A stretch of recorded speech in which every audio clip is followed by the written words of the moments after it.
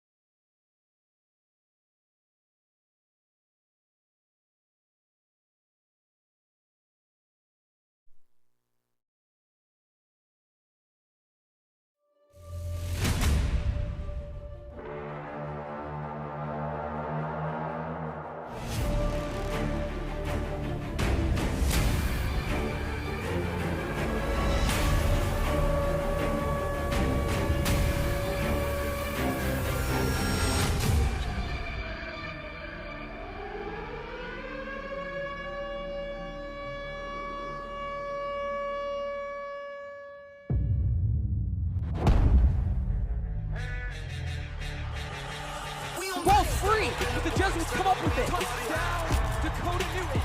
Great play there. Huge gap over there. The Callahan on his second rush touchdown. Pressure here. Enormous tackle there. A big interception. That's number 6 Sam Connor still on his feet, looking downfield for the end zone. And intercepted by Jack Connor. Hit 'em up, huh? Get 'em up, huh? Put 'em up, huh? We waking up, huh? He's it down. Jesuits touchdown. Run again. It stops behind the line of scrimmage all the way back inside the 5. What a great play there from the Jesuits defense.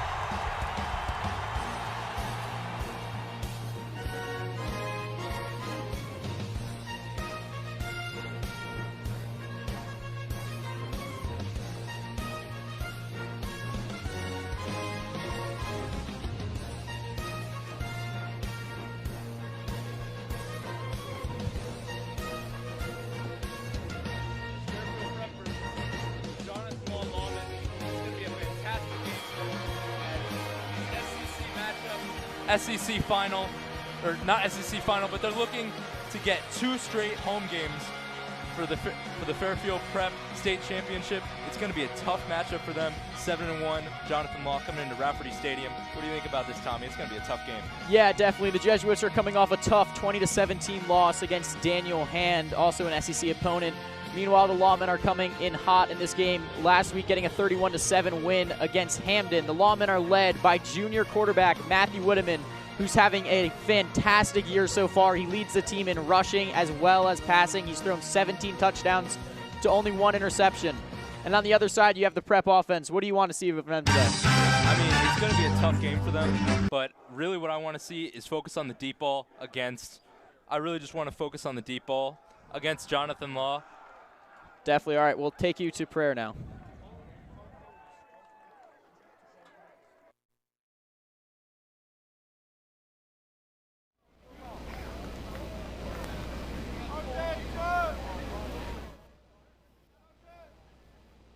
Good evening, everyone, and welcome. Let's pray this evening for a great game and a game free of injuries. I now invite all of you to join me in praying the Lord's Prayer. Our Father, who art in heaven, hallowed be thy name. Thy kingdom come, thy will be done, on earth as it is in heaven. Give us this day our daily bread, and forgive us our trespasses, as we forgive those who trespass against us. And lead us not into temptation, but deliver us from evil. Amen. St. Ignatius. In the name of the Father, and of the Son, and of the Holy Spirit. Amen. Thank you. Enjoy the game.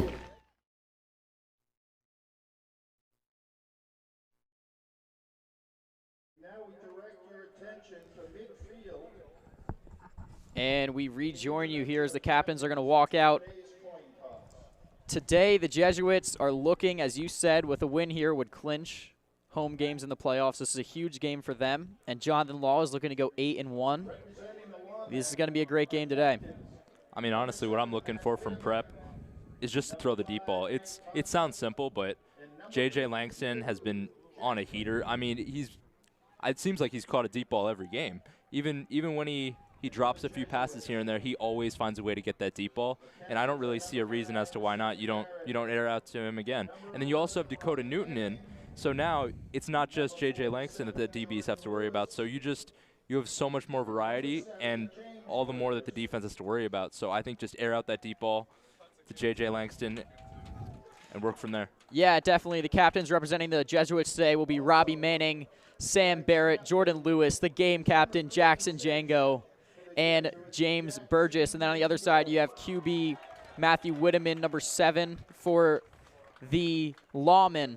So the Lawmen are an extremely pass-heavy offense. Obviously, you want to see more passing out of the Jesuits. Are you expecting a high-scoring game here tonight? I'm expecting a high-scoring game, definitely. I mean, the Jesuits are, in my opinion, a run-first team. Sometimes they have a bit of a mix, but Vinny Lombardo, constant force, Scout Callahan as a backup.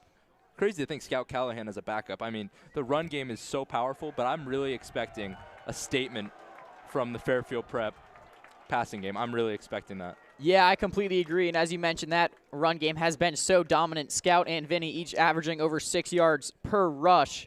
The Lawmen come in here. Their rushing game hasn't been necessarily where they want it to be. Actually, the quarterback leads them in rushing yards with 599 on the season. Obviously, number 14, Dylan Gaylord, is obviously having a fantastic season as well back there. So the Lawmen are going to air out the football. The Jesuits are going to run, pass, do what they do best, and it should be a great game. Yeah, and we'll be back after the national anthem.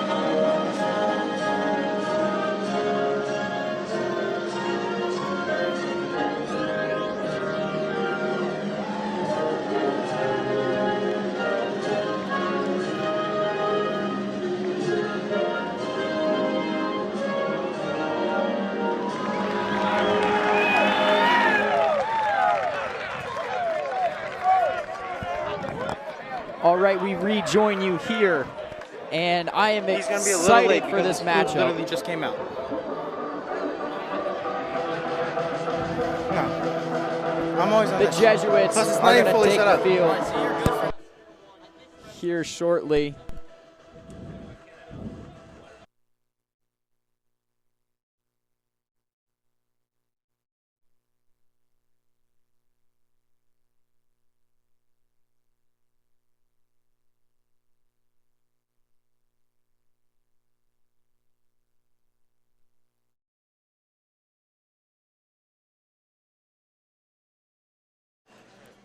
Jesuits will start with the ball here in this first half. They're going to be returning. You have Chad James back there. Chad James averaging 13 yards a return this year so far. With the Jesuits offense taking the field first, looking to bounce back from last week. What do you want to see? I mean, I was mentioning it earlier, but I'd love to branch out on it. I think J.J. Langston is not even due. He's been great all season, but I think this is going to be a statement game for him and Robbie Manning. Dakota Newton back, as I mentioned before, and honestly, he might be a little bit overlooked. I know he's injured, and I know he's in a brace, but I think just the raw power, like the stiff arms, I mean, I covered one of the games where he stiff-armed a man into the ground. I think just the rack of Dakota Newton and the deep ball for J.J. Langston is going to be, it's got to be the passing game for Prep. That's Definitely. how they got to look at Kenzie Erskine on the kick. James bobbles it a little, but he has room. James will get up to the 30, and that's where the Jesuits will take over. So Robbie Manning under center. Robbie Manning comes into this game with 1,012 passing yards.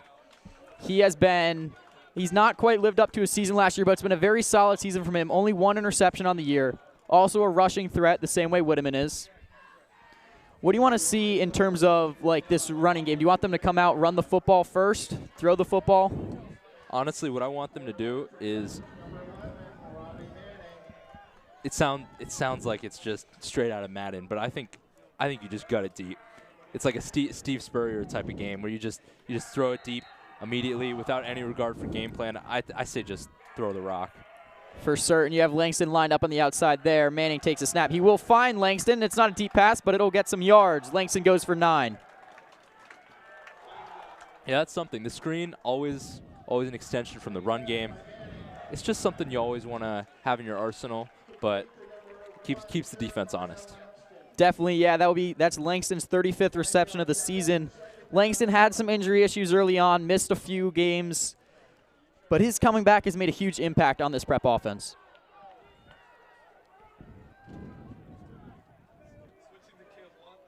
Manning joined by Lombardo in the backfield. Gives it to Lombardo. No, Manning will keep it himself. Manning with room. Manning makes a move. He will get across midfield and is brought down. A big gain for Manning. I mean, it's just something you got to love. Again, faking the handoff to Lombardo. I mean, that's something they did a lot against West Haven, I believe. West Haven, it wasn't Lombardo, but it was Scout Callahan, where they'd do a lot of play action, faking it to Lombardo, and then either taking it as an option or screen pass, play action, anything. Yeah, the run game is not something you can undersell with Manning. I mean, he's got elite athleticism when it comes to that. He'll drop back this time. Manning look over the middle of the field. Manning launches it downfield for Langston. Langston catches it. Touchdown, Jesuits! I mean, what was I talking about? J.J. Langston, he's got his one for the game already. I'm expecting more from him. What a ball. What a start by the Jesuits. Manning with 2 great back-to-back plays. Puts it in the breadbasket for Langston. And the Jesuits make a statement early on. 6-0 Jesuits. Oh, my goodness. That's a perfect ball. It hit him, as you said, right in the breadbasket. Didn't even need to move in muscle or an inch to catch the ball. That was just textbook.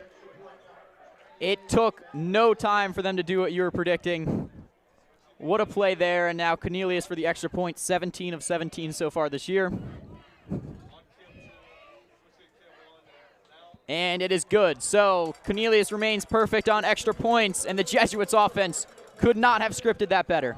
Oh, of course. I mean, J.J. Langston, what was that? 80 of the 70 yards they needed, it felt like? It was incredible. I think just using him early on, making sure Law knows that he's a threat, it just opens up the rest of their playbook. It's going to be so much easier once you have those safeties, 2 high safeties especially. I think that play was against 2 high safeties, if I remember correctly. This is going to be rough. I mean, that was an incredible Yeah. play. It took the Jesuits 3 plays to march down 70 yards. I mean, it wasn't much marching, more like full sprinting ahead as they got into the end zone in a hurry, only taking about 2.5 minutes. And I did hear from a source that the Jesuits were looking to throw the football today, that they were looking to really get aggressive, and that's what they did. and we'll see if Law can respond. They've got a stellar defense. They put up 31 against Hamden last game. So we'll see how they can respond, but it's going to be difficult to match that effort. Definitely. So Cornelius will kick off. And he puts it through the back like he usually does. So the Law offense takes over. Winneman leading them this year, just being an absolute star. What do you like most about Winneman's game? His ability to rush, his ability to throw downfield? I mean, isn't he just a great quarterback? I mean, he's a great quarterback all around. I mean, he's got the dual passing. Dual threat. Sorry, not dual passing. He's got 17 touchdown passes on the year, 7 rushing. I mean, he's got a 65% completion rate. So it's not like he's just throwing it up there and then running it 90% of the time. Yeah, no, he can do it all. And this time you'll find Gonzalez his favorite target, and Gonzalez will get brought down by Morris, but he'll go for 7. You know, you were telling me earlier about the formation, or not the formation, the personnel change they're making with Jordan Lewis. You have any thoughts on that? Yeah, so it seems coming into this game, Jordan Lewis has been really effective on the edge. He has 8 sacks in 8 games. Now they're lining him up right near the center as Law will hand this one off to Gaillard, and Gaillard will get stuffed by Tavares. But yeah, they want to switch things up. They're putting Lewis kind of at a nose tackle position. What do you think about that? Do you think that's going to be effective for them in this game? We'll see. I mean, it's going to be very difficult. Jordan, I think his biggest strength is past rushing. It's a little interesting putting him at a nose tackle. I'd prefer someone more like a Prince. So that's a little it's a little surprising that he's not out there, but I mean, we'll see how it goes. Definitely so. Winneman takes a snap. He will roll out to his left. Winneman sets his feet, fires, caught. 8 yards. That will be Kenzierski on the catch, his second favorite target.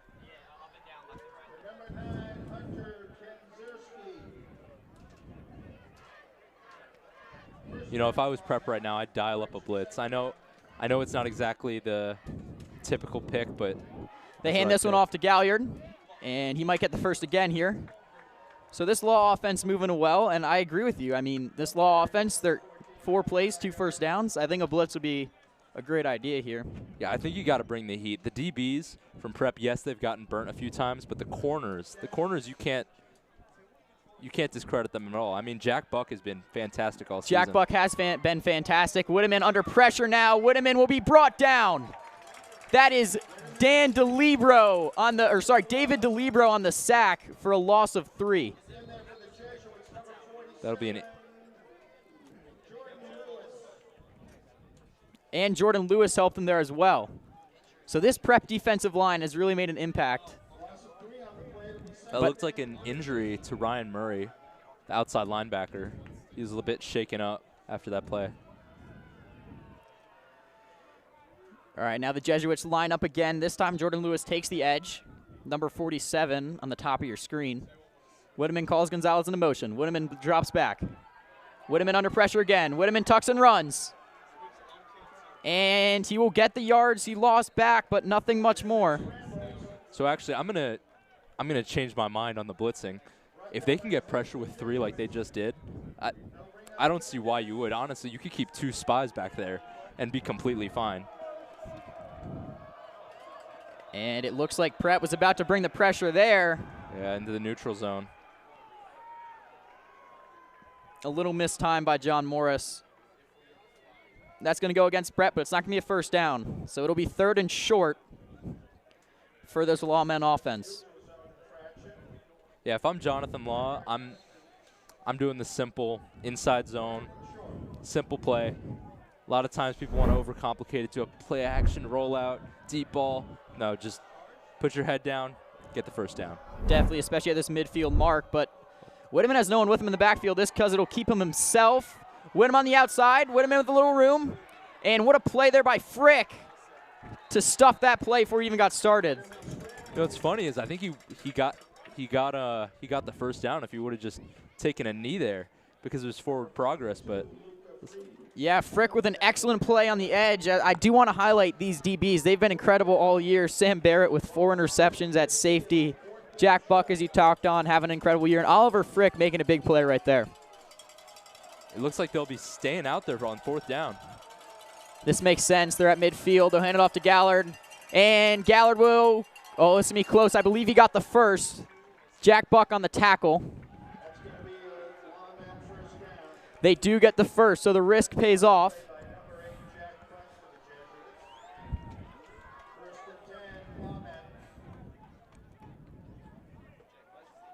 So we're beginning to see a little bit of Whitman. He came into this game, and I mean, the stats you see on him are incredible, and he's showing why. His dual threat ability, and Whitman to the outside. Whitman will be sacked. Honestly, I think the spies was the correct option. Either that, or play a bit more of a zone, cover 2 style, keep it. Honestly, just keep the defense so that they have to, so that they only really have to worry about the pass and scrambling. I mean, the run hasn't really been much of a threat so far. I don't think I've seen one run from Law so far. Yeah, so that will be Colin the, Sullivan on the sack there. He came into this game. He's a first time. Well, I'm not saying for certain he's a first time starter, but first time starting in a few weeks. Whitman hands off to Gallard up the middle. Gallard we brought down again. This Prep defensive line having themselves a game. John Morris on the tackle. Yeah, that'll be his second carry. Second carry. I mean, from the defense, I'm just playing the sticks here. On the screen, it might say 3rd and 5. It's a long 3rd and 10. It is a 3rd and 10. They are certainly not in field goal range, although they are in Prep's half of the field. Whitman takes the snap. Whitman drops back. Whitman finds, and it is dropped by Gallard. That was a great play design from Jonathan Law, really getting a lot of space out there and keeping the defense frozen on the right side with a bit of a, was that not a flood concept, that was a dagger on the right side. But it was a really good play concept. They got the guy open on the top of your screen. Just not really the result they were looking for. Yeah, went to a replay there. You see Gallard, I mean, he was open, could have had the first, just slipped out of his hands. Lawmen punted away.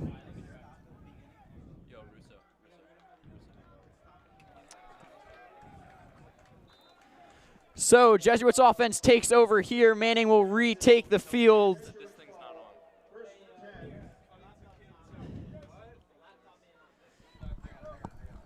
The Jesuits offense last time only needed 3 plays.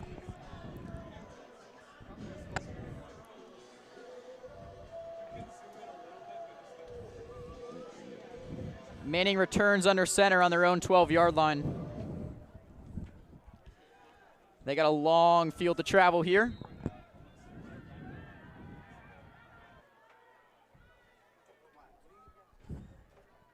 Manning drops back, hands it off to Callahan. Callahan up the middle. Callahan will go for a good gain of 8.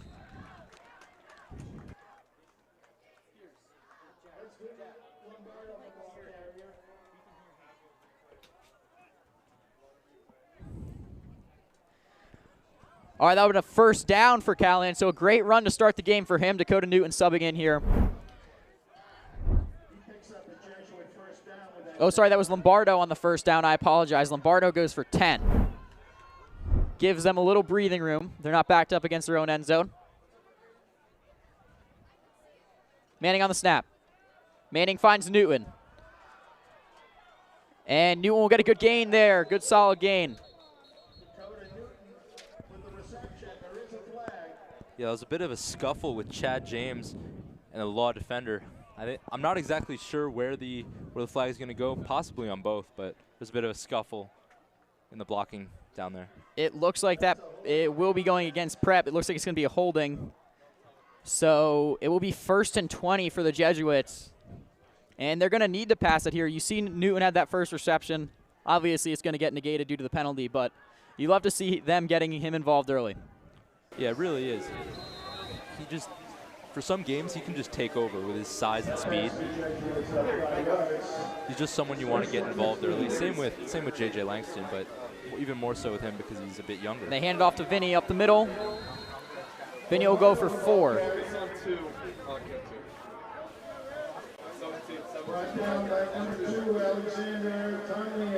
Law's actually done a very good job at stopping the run,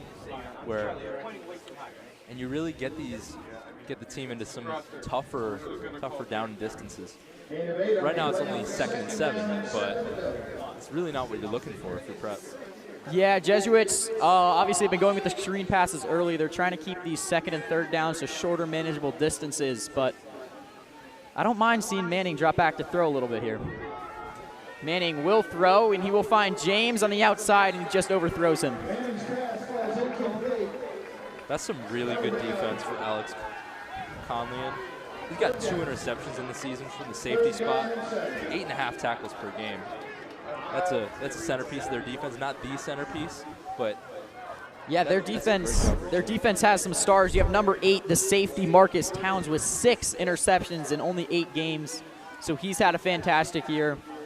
This Law defense has been really, really good, keeping Hamden to only 7 points last week. Now Manning with a 3rd and 7 in front of him. Drops back with time. Manning rolls to his left. Manning lofts it to James and is just out of his reach. Almost for the Jesuits there. That was a great job from Law on coverage. I mean, they almost got a coverage sack there. Great job from Manning getting away from the rush and extending the play, but there's only so much you can do when the receivers don't get open. Yeah, that just off the fingertips of James, and it actually almost fell into the stomach of Newton, who was lying on the ground there, but football is a game of inches, and they just missed that one. So Cornelius to punt here. Cornelius averages 37 yards a punt on the season, and he will launch this one spiraling into the air. And that is Towns on the catch. He will call fair catch, and Whitteman and this Law offense will retake over.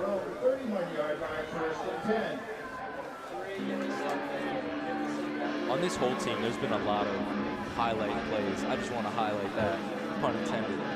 Like, I don't know if you saw the Tavares Newkirk one-handed interception. That was phenomenal. That was amazing. I was fortunate enough to be announcing on that. That was incredible. As you see here, Manning rolling out. Oh, so close. But yeah, that one-handed interception was an incredible play. It was incredible. Tavares on the field here. Whitteman will find his receiver. That will actually go for a loss. Shots, Braden. Number 9, Kenzerski on the catch there, but it's going to actually hurt the Lawmen. Whitteman's really good downfield. He averages 16 yards of completion. His favorite target, Gonzalez, number 4. He's got really good chemistry with, so I wonder if they're going to do that. Whitteman rolls out to his right. Whitteman lofts it, and it's going to be over the head of his intended receiver, Reed Moulton. Yeah, that's really just unfortunate.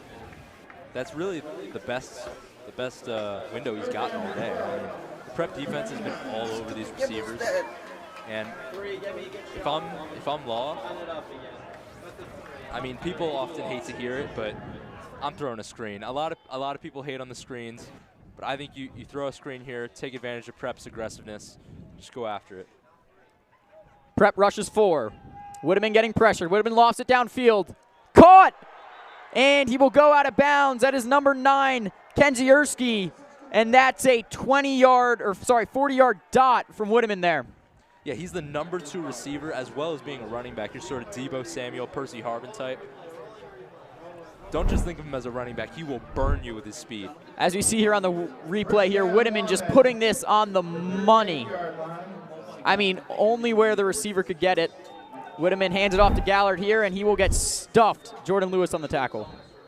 Yeah, that was up against a linebacker. A linebacker, also a free safety in some instances, James Fogarty.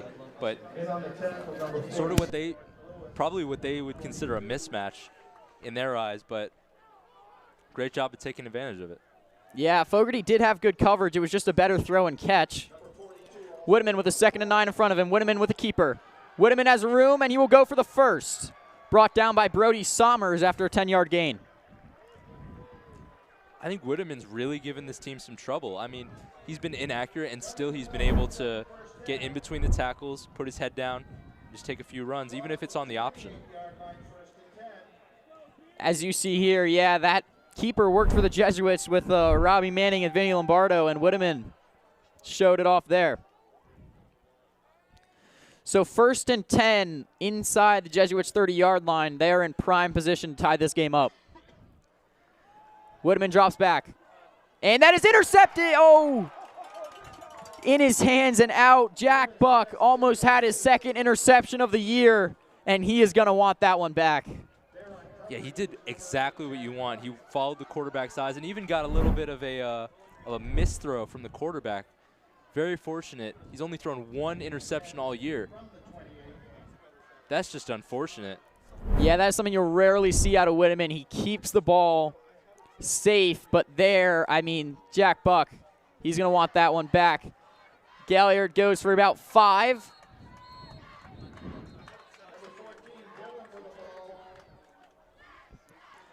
So the Lawmen with a bit of a break there. They're going to have a 3rd and 5, or 3rd and 7. I think it's closer to 6 or 7. Oh, yeah, 3rd and 6. So it was a 4-yard rush for Gilliard there. Whitteman joined by Gilliard in the backfield. Whitteman takes the snap with time. Whitteman pressure now. Whitteman's going to take off and run, and he has the 1st down, and Whitteman has more. Oh, so close. He's going to be 2 yards shy of the end zone. Forced out of bounds there. He was about an arm's length away from a touchdown there. That's just tough. I think they caught him in man coverage. Yeah, he rolls out here, his eyes downfield, then he just tucks it, and he had room. Great play by Oliver Frick. Yes, that's tough. And Law will score there on the run by Gilliard. And it is a 7-7 game. Now you have to question Prep. How do you respond? How do you respond? Do you run the ball? Do you pass the ball? I mean, everything's really been working on offense. There isn't really much of an issue going on there, so I think you just go back to what you've been doing, but there is the question, how do you respond? Yeah, I apologize. That was Whitteman on the carry to get that touchdown they had. It was about a 1-yard touchdown run, so that'll be his 8th touchdown run of the season. Lawmen chip it through for the extra point, and we have a tie game here in this big-time SEC matchup. Yeah, and that's his 25th touchdown combined if you include passing and rushing. Jeez. Yeah, Whitteman has the 2nd most total yards in the state, and he's at the top of the list in touchdowns. He's had a phenomenal year. He leads the charge there, mostly with his legs, but also an incredible pass to Kenzierski on the outside to set up that red zone drive. Yeah, and that was tough. It's just he was right there.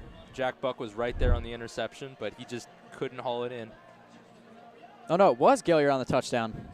I apologize. Tommy, what are you looking for from Prep? This Prep offense, I just want to see him get a little momentum. I want to see him get a 1st down, get another, and then maybe go big. I think they can't just give the ball right back to the Lawmen. I want to see them take their time and really get some momentum going on offense. I agree. I think you really just want to. I think you really just want to run the ball. The defense had a long drive against the Lawmen. Definitely. I didn't exactly see the time, but it was long. I really, if I'm. James with room. James has all the space in the world. He just has one man to beat. Chad James is going to score. Touchdown, Jesuits. Chad James' 1st returning touchdown of the season.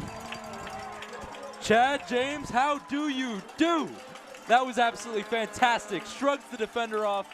It's just too easy. Chad James came into this game averaging 13 yards on a return, and right there he went the full 80. I mean, a phenomenal play, splitting the crowd and beat the last man. He takes it all the way, and that could be a bolt that this offense needed. Or jolt, sorry. I mean, I was talking about the defense getting a break. Defense will not get a break here, but I'm pretty sure they're not complaining. Oh, yeah, I'm sure they're fine. And Chad James electrifying the crowd with a huge return touchdown. Is that a full bomb squad? Near full bomb squad over there. Cornelius looks to remain perfect on extra points, and he will. So the Jesuits really, really quickly regain their 7-point lead with a Chad James kickoff return touchdown. As you see him here just bobbing and weaving his way through this crowd of defenders. And he was gone. I mean, he has the breakaway speed this offense is looking for.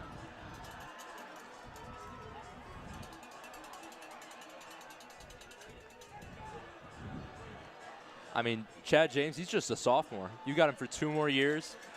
I can't wait to see what he develops into.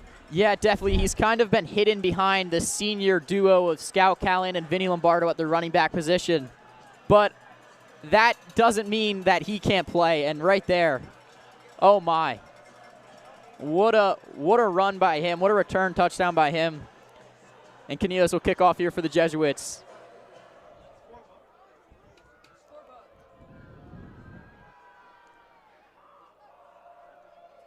So back to return for the Lawmen is Kenzie Ersky. But I assume Cornelius is just going to kick this one out the back. And he will. The Lawmen not even trying to return it. Yeah, I'm sure he doesn't want a repeat of Chad James, but for the Lawmen. Yeah, that just shows the advantage of having a kicker as good as Cornelius. If you can just put it out of the back of the end zone every time, not have to worry about it. I mean, that's just kind of one stress you don't need to worry about, I guess. Exactly. So the Prep defense really quickly retakes the field. They got about a 2-minute break. But they're going to be fired up after that return touchdown. Whitteman joined by Gaillard in the backfield. Whitteman hands off to Gaillard. Gaillard will get stopped after about a 2-yard gain. So I really think the tactic of having Jordan Lewis at nose tackle is a bit interesting, and I say interesting in the way that I don't agree with it. So I really don't know how I feel about it, especially when you only have 3 men down. They're rushing 3 here. Whitteman with room on the outside, and Whitteman got brought down on the tackle there. Number 23, Sam Darslin. Yeah, as I was saying though, I'm not a big fan of it. I think you really just want to have a really, really big, strong defensive tackle. Now, don't get me wrong, Jordan Lewis, that's a strong dude. But I think you want just someone who can just take up a lot of space, be a big run defense threat. And Jordan, you're taking away from his best spot, the edge. I don't know. I think I'm a bigger fan of keeping him on the edge. Yeah, we'll see how that works out for them. It was an interesting decision coming into this game. Right now, end of the first quarter, Jesuits 14, Lawmen 7. Highlighted by this Manning to Langston bomb down the field, the thing they do so well. And then Chad James with an 85-yard return touchdown. Jesuits living on the explosive plays. And this defense is going to have to come up big here for them. I mean, if I'm the Prep defense, what should I do? Well, you have a big-time 3rd down here for the Lawmen. It's 3rd and 3. So they're going to be looking. They're going to be looking for that first down, and the Jesuits kind of want to. I would say, I'm looking for a run here from the Lawmen. So maybe stack the box. Yeah, I like stacking the box on a simulated pressure. Drop back. Maybe a cover 3. Cover 3 I'm feeling. Not quite a too high safety look, but I'm feeling simulated pressure. Yeah, the Jesuits with 6 guys in the box. Morris looking like he was going to blitz there. He backs off. Seems I'm a bit incorrect on my simulated pressure. Whitteman takes a snap, and this will be a keeper. Whitteman tries to get the outside, and he will be stopped short of the first down. That was number 7, John Morris, on the tackle. And the Lawmen are going to have a 4th and 3 and a decision to make here. You were completely right. Just load the box, take a blitz. And the Lawmen will be punting. Yeah, I mean, if you have a quarterback like Whitteman on the Jesuits or on the Lawmen side, you kind of want to give him the ball as much as you can. I think that's what the Jesuits predicted there. This snap is low, bobbled. The punt will be blocked by the Jesuits. And the Jesuits will have absolutely phenomenal field position. Great play by them. And special teams has made a big-time appearance in this game. Yeah, they say it's 3 parts of the game: offense, defense, and special teams. Chad James didn't even get a chance to return that one. I think it's just rough if you're the Lawmen. Yeah, you see here the snap was low, bobble. I mean, great job to still get it off. Sam Barrett looked like he got the block there. And so Manning and this Jesuits offense will have fantastic field position to work with to try and go up 2 scores. Yeah, if you've been seeing Cornelius' leg, give him 5 yards, and I think he'd be able to kick one over. You're basically already in field position. This is fantastic starting spot for the Prep Jesuits. Definitely. So Manning joined by Lombardo in the backfield. Manning will find Lombardo on the handoff. Lombardo cuts and weaves his way. Lombardo will go for 8. That's one of those runs that you don't really see on the highlight tape, but it's just that nice 7-8 yard run every time. It'll raise your yards per carry. It'll get you right to those first downs. It gets you to those second and shorts. An offensive play caller's dream, I mean. Yeah, Lombardo, another Prep offensive player who's had some injury issues. But, I mean, he still has 500 rushing yards in the season, averaging over 6 yards a carry with 7 total touchdowns on top of that. He's been a threat here, not just running the football, but receiving as well. Manning will take the snap on a 2nd and short. Manning rolls out to his right. Manning looking downfield. Manning backs off. He'll loft it. It'll get down. So actually Manning, he's got to look all over the field there. I know they never say to throw back to the middle,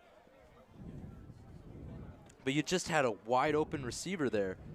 You had a wide open receiver. You have to look back, and we'll see on the replay. Yeah, Manning did have time, but he was just getting too close to the sideline.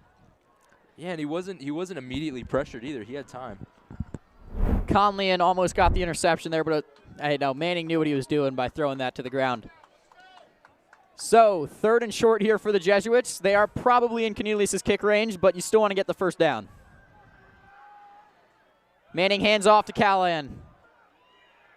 I don't think he got it. This is going to be a close one. They're going to say it's going to be 4th down, 4th and 2. Decision for the Jesuits here. And it looks like they're keeping the offense on the field. They're going to be aggressive, and I like this decision. I'm going to have to disagree with you, actually. I think going up 2 scores is just too valuable, especially at home, Rafferty Stadium. The analytics might say different, but I think you kick the field goal, go up 2 scores. I do agree. Maybe there's a little windy down there. One of the reasons why they don't kick, but they're going to hand it off again here. Callahan's going to get stopped short of the first down, I believe, as the Lawmen come up big on the stop, forcing a turnover on downs from the Jesuits. So no harm, no foul from that blocked punt. And Callahan was just met immediately by Fettigan in the backfield. Yeah, did you see how fast he got into the backfield? It makes me wonder if he was even blocked. Maybe that was the scheme and he was on the edge, so they didn't need to worry about him. But that type of speed, quick first step, I mean, he's got to start playing basketball with that. Yeah, Fettigan, one of the leaders on this defense in tackles, and he's an impactful middle linebacker. So they'll hand it off, Law.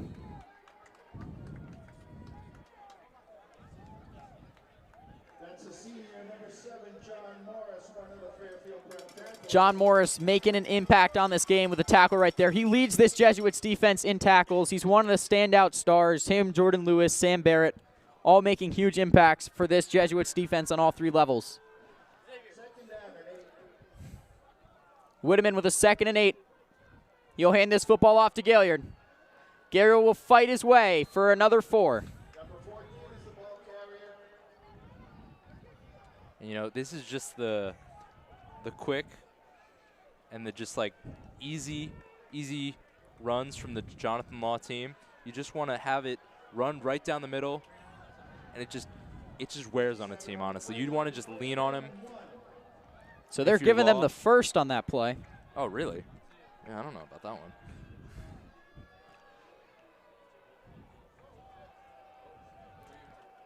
Little confusion here from the Lawmen. It's probably confused how they got the first down. And they're going to take a timeout.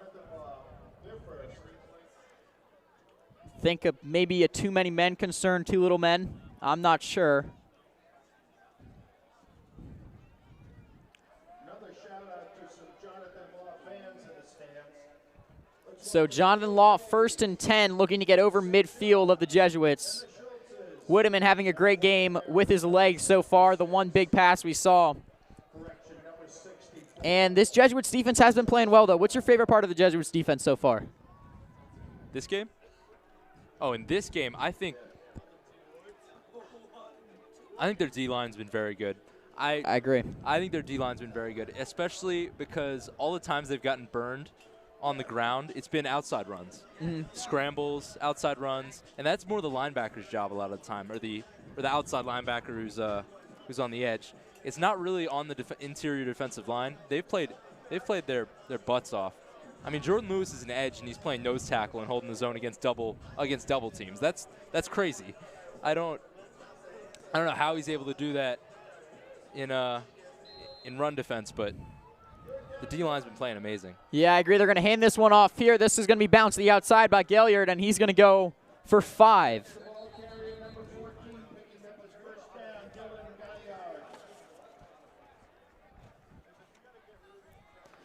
Second and 5 here. The Lawmen are putting some pressure on this Prep defense. They got to be pretty tired. They did not really get too big of a break after that Chad James return touchdown. About 2nd and 5. Woodeman rolls back, fakes a handoff. Woodeman with room. Woodeman's going to tuck it, and he's going to make a move. Woodeman to the outside.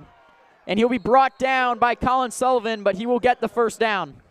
Yeah, it's a shame. I was just talking really, really highly of Jordan Lewis, but that was an unfortunate circumstance for him there. Yeah, Woodeman rolls out. You're keeping his eyes downfield the whole time. And that's what's like. He uses his eyes as a weapon. He doesn't want to make the defenders think that, he doesn't want to make the defenders think that he's actually going to run off and take it. But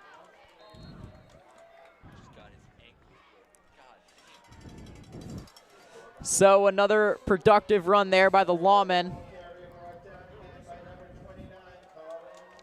And Law is driving. If you're Prep, you really got to worry about your defense getting too tired. If I'm Law, I don't throw it deep at all. I think I just keep running it at him, wear him out. And this one's going to be a handoff, a little reverse play. Gaillard will go for another productive 5. Yeah, and I know it's not pretty, but as you said, that's a 5-yard gain. 3rd and 3, very manageable. And even if they don't get it on the next one on a run, they've got a 4th down that they'll probably go on. Yeah, definitely. Everything I learned about this Law offense coming in was that they're extremely pass-heavy. It seems they've taken a different approach here against the Jesuits. Woodeman's going to keep this one himself, try and find a hole up the middle, and I believe he'll get the first down. That's some fantastic ball carrier vision from Woodeman. I think he changed his direction 3 times there, and just dodged and weaved out of defenders' views like a boxer. Up and down, like moving up and down like a Mike Tyson peekaboo style. It was fantastic, and he gets the first down there. Yeah, Woodeman kind of holding on to that football last second, too, in the chest of Gaillard, deciding whether he wants to keep it or hand it off. He decided to keep it, and it works out for him as he gets the first. Gonzalez in motion. Tavares might have just revealed his hand. Coming off the edge, or not off the edge, in space to blitz. Woodeman with Gaillard in the backfield. Woodeman drops back. Woodeman getting pressured by DeLibero immediately. Woodeman rolls out to his right. Looks downfield, and Tavares Newkirk almost intercepts it. That's 2 now. That's 2 that Woodeman has gotten lucky on. If you're Prep, you have 2 takeaways that you could have gotten. Let's hope it doesn't haunt him in the long term, but look at how easily he could have caught this one. I mean, these are 2 interceptions that have been right either in the chest or the hands. Would have been nothing much else he could do there besides throw it out of bounds. And Tavares Newkirk almost came away with a game-changing play. That's a bit unfair of me to say that was an easy catch. He had to jump for that one, but that's really what you want to see caught by one of your senior backers. Whitman with a second chance. Find Gonzalez over the middle. And Gonzalez will go for the first on a little slant route. Again, the hiccups of Prepper really allowing Law to just keep on moving. And it's just first down after first down after first down. The chains just keep on moving. At a certain point, they're going to hit the end zone. Yeah, Whitman just pulling it out of the belly of Galliard and finding Gonzalez right over the middle with a dart of a throw. And they're near in the red zone. You just have to make a play. Gonzalez in motion again. Whitman keeps it. Whitman will find Kenzierski over the middle, and he'll go for another first down. And this Jesuits defense just looks tired. Yeah, they're exhausted. I mean, if I'm on the team, I'm worrying about my next water break rather than the football. I mean, you just have to give your team a break. And I think that's what they're doing right now, giving them a timeout. Jordan Lewis specifically, he looks exhausted. Yeah, Hellstern making the move to call a timeout, let his defense get a little rest. And I am extremely impressed with this Jonathan Law offense. They're not worried about what the other side, they're not worried about what Prep's doing, what the special teams are doing. They're just going out there and they're moving the chains. Absolutely. It's been a fantastic showing from them. And I mean, they haven't even really, I mean, Whitman hasn't even played that well in terms of ball security. He's thrown 2 near interceptions, but because of Prep's hiccups, they've been able to just keep on driving. But then when you discount those, he's been playing amazing. I haven't seen many incompletions. He's been running the ball well, throwing it well. I think he might have the most carries on the team right now. I mean, yes, they have been heavy feet in volume to Galliard, but Whitman has also taken the ball quite a few times as well. Whitman again joined by Galliard in the backfield. Whitman will hand it off to Galliard this time. Galliard up the middle. Sommers gets him from behind. That'll go for 2. So 2nd and 8 for the Lawmen in the red zone. And they're kind of running hurry up here out of the timeout. Not even huddling. I agree with it. You want to catch them while they don't have any breath and they're exhausted. And Whitman's going to keep this one. Fakes a defender, puts his head down, but will get brought down by Sam Barrett. Nifty little keep from him. But nothing going with his legs there. Great job from Sam Barrett, protecting the edge and rotating down. He's your free safety. That's not exactly where you want him to be most of the time, but he just read that play perfectly, moving down and getting that tackle. Tackle for loss, in fact. So big time 3rd and 9 here for the Lawmen. Whitman drops back with time. Whitman with all the time he needs. Looks into the end zone. Caught. Touchdown. Number 13, Reed Moulton. Whitman finds him in the back of the end zone, and we have a tie game. That's really impressive. I mean, the receiver was so open. That was a complete misthrow from Whitman. A full 2 feet off, and he was still able to get it. That was, I mean, that's got to be a busted coverage or something. I mean, but that was there's so much time. I got to give my props to the Jonathan Law offensive line. It seemed like he had enough time to make a sandwich back there. Yeah, he was just sitting back there, no pressure, waiting for his target to get open, and he hit him in the back of the end zone. And now it is a tied game, 14-all. Jesuits will get the ball back with 4 minutes, 15 left in the second. This has been an exciting game so far. Absolutely exciting. I remember you told me earlier you had a feeling this was going to be a close game. I mean, great prediction, honestly. Great prediction. Yeah, Whitman just sitting there all the time in the world and throws a dart to Moulton right there. I mean, Moulton kind of had to adjust his body for that, but still a great catch by him. And, I mean, the Jesuits' defense was just like they had been on the field for 5 minutes before, and then they had to get right back out there. They're going to be a little bit worn down. So this offense really needs to make sure they can get something going. Yeah, I agree. I think you have to run the ball and honestly stall until halftime. I know that sounds ridiculous, but you're in the 4-minute offense. You shouldn't really be affected by time if you still want to score. Just run it. Vinny Lombardo, Scout Callahan, you have the resources to be able to just run it down there, still get a touchdown without really any much of an issue.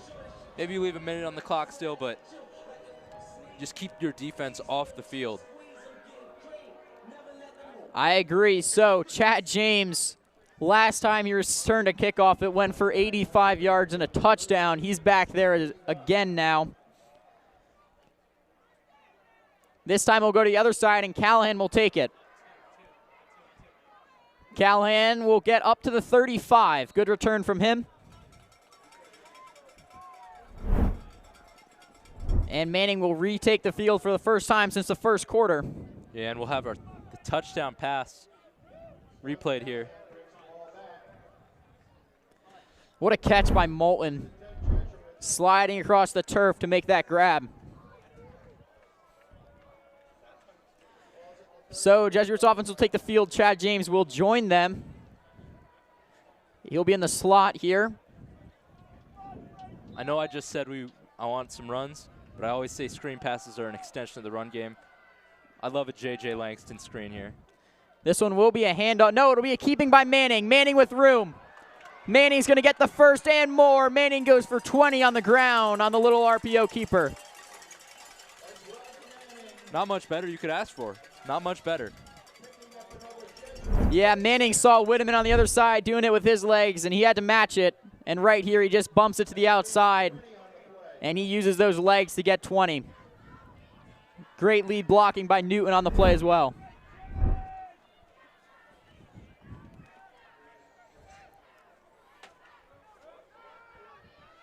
Manning with Lombardo in the backfield. Manning will pass this time. Manning evades, rolls out to his right. Manning throws it over the middle, and Newton has the catch. Newton will go for a first down. What a play by Manning there, creating some space. And Newton gets the first down, making an impact in his return to the field. Yeah, he's been a bit quiet today, but he's in a brace. He's just coming back from injury. You love to see him get back out there. Manning making plays with his legs on the rollout. Looking a little bit like Jackson Dart. Finding the man over the middle. Yeah, it's a bit Drake May-esque. Looked a little bit more like Jackson Dart, but Lombardo will go up the middle, and he keeps those legs moving, but not much there. Brought down by number 2, Alex Conley, as Lombardo will go for 2.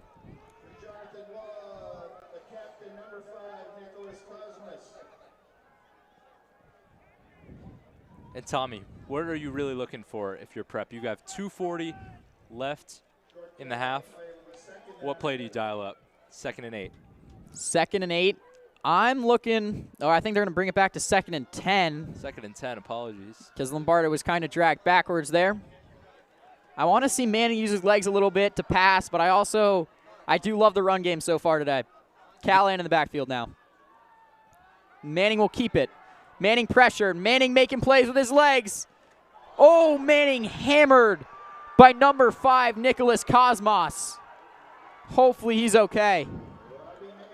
He gets up. He just took a hit. Yeah, that looks like a bit of a sandwich. That's not what you want to see if you're Prep. Yeah, Shane Hansen, the other member of that sandwich. Manning, hopefully he's okay. He looks like he is. Yeah, that was a hit. Yeah, Hansen and Cosmos were the 2 defenders, or I'd say the bread slices on that sandwich. Manning evaded Hansen, but Hansen caught up to him. So the Jesuits with the 3rd and 14. Jesuits offense will take a timeout here to talk things over.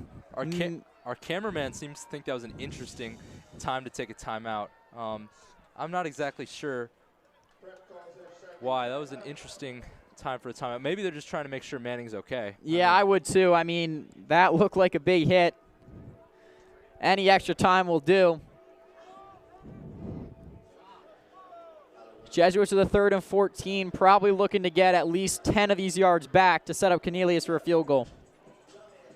Cornelius' long on the season is from 41. If they get 10, that would be from 40. Right now, where they are now, it's pretty much out of reach. This would be about a 55-yard field goal. Yeah, one of the disadvantages of taking that timeout is a lot of times you want to just go into that half tied, or even with a field goal from Cornelius. He's got the leg for it if you just get this first down. Or not even the first down, just a bit more yardage. I mean, you want to have a lot less time on the clock. Keep your defense off the field. I agree. You don't want the Lawmen to get another chance at the end zone if you are forced off the field. So Manning with Callahan in the backfield. Manning drops back. Manning with time. Manning looks downfield to Langston. Langston almost reeled that in one-handed. That would have been an incredible catch. Alex Conlian on the coverage. Yeah, that was a one-handed catch. That's really only something you do in practice without anyone around you. It's a lot more difficult when you got a safety averaging 2 INTs a season breathing down your neck. Pocket was kind of collapsing on Manning. Just a little out in front of, oh man, that would have been an incredible, that would have been on the highlight reel for I don't know how long. That would have been an incredible catch, but the Jesuits will punt it off here. Cornelius looking to pin him inside the 10.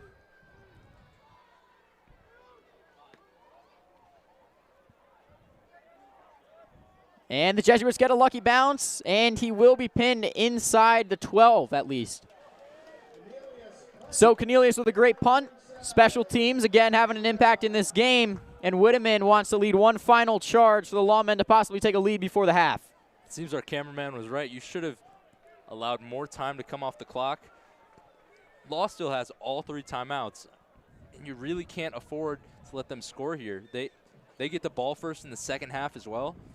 Even just a field goal could be devastating, because if you come out of there down 10 at home, fighting for an SEC, for a higher seeding in the SECs, that's really just not what you want to be doing.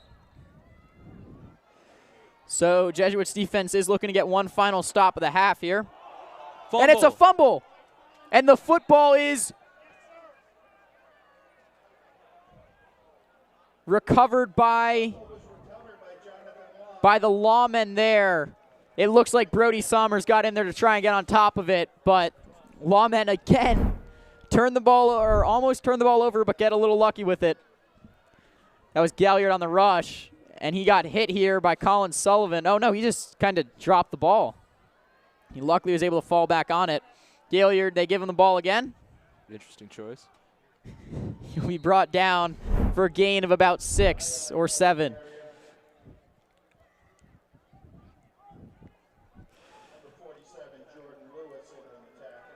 Jordan Lewis making that play there. And this next play should be the last of the half, as they'll likely just wind it down. They haven't even risked using their timeouts here. They're just running the football, getting this thing to half. They will get the ball to start the third quarter. They are moving the chains here, but this time we'll run off the clock pretty quickly. And now they're in hurry up for some reason. Are they going down the field here all of a sudden? Whitteman rolls out to his right. And Whitteman with room. He's just going to take it out of bounds there. I mean, that's good for the stat sheet. I'm not exactly sure what that was, but. Yeah, maybe a little stat pattern there by Jonathan Law, but made it interesting for a moment. So the Jesuits and the Lawmen will go into halftime 14-all. Explosive plays helping the Jesuits score their points, and long sustained drives helping the Lawmen score theirs. What do you want to see for this prep defense coming into the second half, or coming into the second half really quickly? If I'm the prep defense, I think you got to just throw a blitz at him. I know he's evaded it so far, but I think a blitz from the outside, maybe some DBs or some linebackers, really just see what this quarterback can do under pressure and see if his receivers can get open fast enough. I mean, they've gotten pressure from Jordan Lewis and Sam Shaney, but really what you want to prove, or have the quarterback prove, is just, can you handle the pressure? Can you handle the heat? And I don't know what that answer is. Maybe it's yes, maybe it's no, but we'll see, and we'll just have to test them. Definitely. All right, coming up, we have an interview with President Cashman at the half, and then we will rejoin you with the third quarter.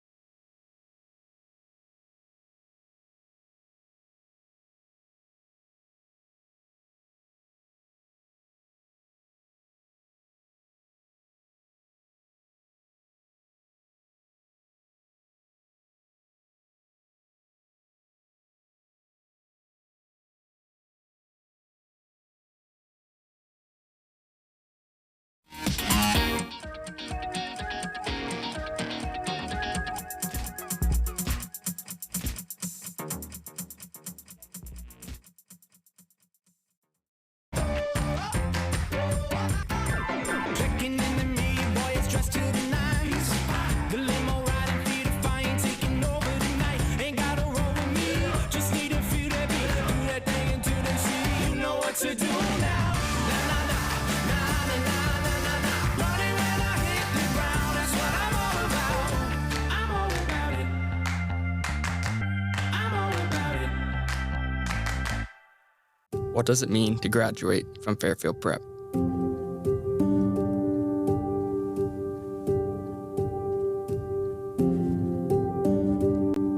It's hard to put into words because there's truly nothing like it.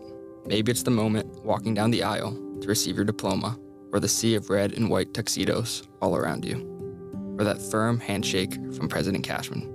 Those are unforgettable moments, but they're not what defines it. What truly sets this experience apart happens after graduation, when you're outside celebrating with the people who were once just your classmates. I say once because they're not just classmates anymore. They have become family, your brothers.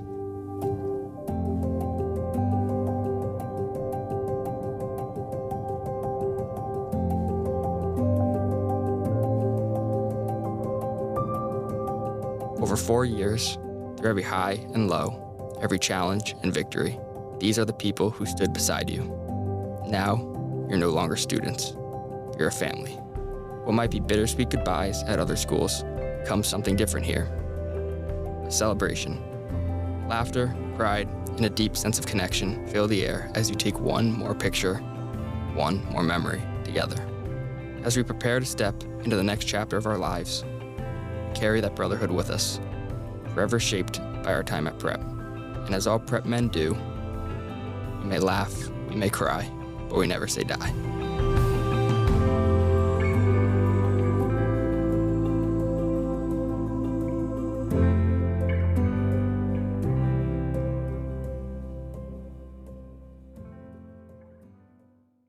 Before I come to officiate your game, I'm busy at work. Before I was a high school official,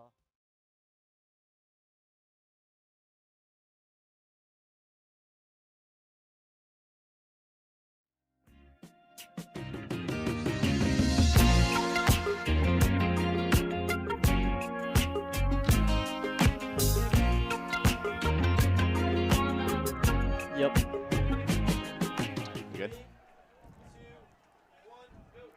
I'm joined here by President Cashman, the president of Fairfield Prep. What are your thoughts on the game so far? Well, you know what? It's a tough one. As always, it's a battle to the end at Fairfield Prep, but I got great faith in our boy Robbie Manning. Great faith in our O-line, our D-line. I say hit Langston in the end zone all night long. Yes, they've done that well so far. And Mr. President, today we put up the final beam for the Barron Arts and Center for Recreation. We did. How excited are you for this new project, and do you have any updates for us? Yeah, so I'm over the moon. I'm so excited. We had a great event last night with our Prep friends, alumni, families helping to raise the beam. Today to be out there with the boys, you know, a once in a lifetime in our 85-year history, putting that beam up, and maybe the largest project that we have since the buildings were built. So excited. We're on schedule. At present, we're on budget. We got a few more millions to raise, but I'm totally faithful we're going to get that done. And for our boys, I mean, it's going to be the center of life at Prep, right? Looking for that big FP in the middle of the floor is going to absolutely, our banners hanging from the ceiling is going to be amazing, truly amazing. All right, thank you.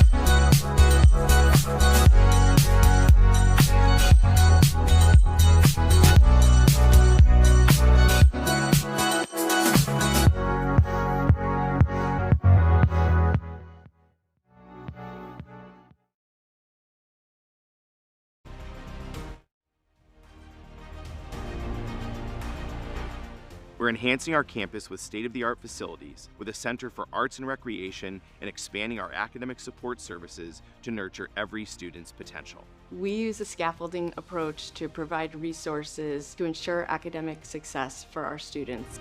As an athlete and a musician, it's great to have new facilities that really enhance what Prep is all about. I've had to learn and grow into being a well-rounded person. Here at Prep, we call it Cura Personalis, or care of the whole person. Our world needs leaders of conscience, compassion, competence, and commitment. Shaped by a Jesuit Catholic education. All of this is a fabric woven together that becomes the graduate at graduation. What is a grad at grad? Open to growth. Intellectually competent. Religious. Loving. Committed to doing justice. These are the hallmarks of a Fairfield Prep graduate. Ignatius said he could find God in all things. Our education is about finding God in each other and in the world around us.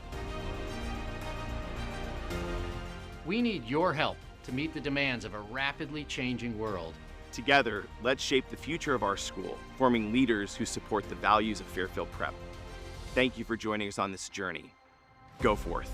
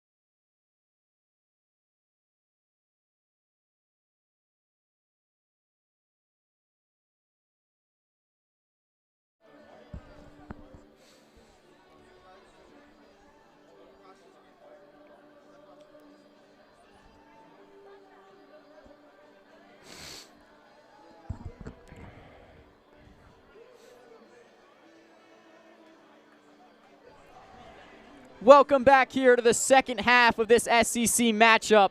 The first half highlighted by explosive plays on the Jesuit side. Manning to Langston for a big-time touchdown connection. Then you had the Chad James return touchdown. Carson, what was your favorite thing you saw to Jonathan Law in that first half? I mean, honestly, Whitteman has just been fantastic. I can't really say an individual play from him, but there's been a lot of just great plays from him. Some scrambling, some deep balls. He's gotten a bit lucky on not throwing picks, but as of right now, he's got 25 touchdowns on the year, running and passing combined. It's been incredible to watch both sides, both dual threat quarterbacks. It's absolutely fantastic to watch a game like this. 14-14, not much better you could ask for. As the seconds are winding down, 1 second and now 0, we'll start the third quarter of Fairfield Prep versus Jonathan Law. Yeah, definitely Jonathan Law is going to get the football here, as Whitteman will look to take over and continue what he had going in the first half. And this Prep defense wants to kind of wake up, I suppose. They've been a little bit lackluster in terms of, I will say, containing Whitteman in the pocket. They've really let him run for a lot of yards. And they got rested during halftime. They're going to look out. They're going to look to come out explosive and ready to go. Yeah, honestly, if I'm the Prep defense, what I do is I put my nose tackle back at nose tackle. That's how you should be able to stop the run and put your edge back at edge. That should be able to get you some better contain. And I know you want to have your younger guys start at linebacker, but I think Luca Freed, he's a good enough nose tackle to where you shouldn't have to put an edge in over him at nose tackle. So I'm not really seeing the vision there. Maybe I'll get proven wrong, but I think that's how Prep just takes away the scrambling opportunities, because they haven't really been bad in coverage. Sam Barrett's been playing well. especially rotating down and stopping the run. So that's my best analysis of how they can get in front. How do you think Law can get out in front here? Yeah, so the play that highlighted the first half for me was the amount of time Whitman had in the pocket in the red zone, and then his ability to find Moulton in the back of the end zone. You know, that just shows like the Prep defense was tired at that point, and Whitman had all the time in the world, and he made the plays he needed to. So now Cornelius is going to come out to kick. Ken Zierski is back to return for the Lawmen.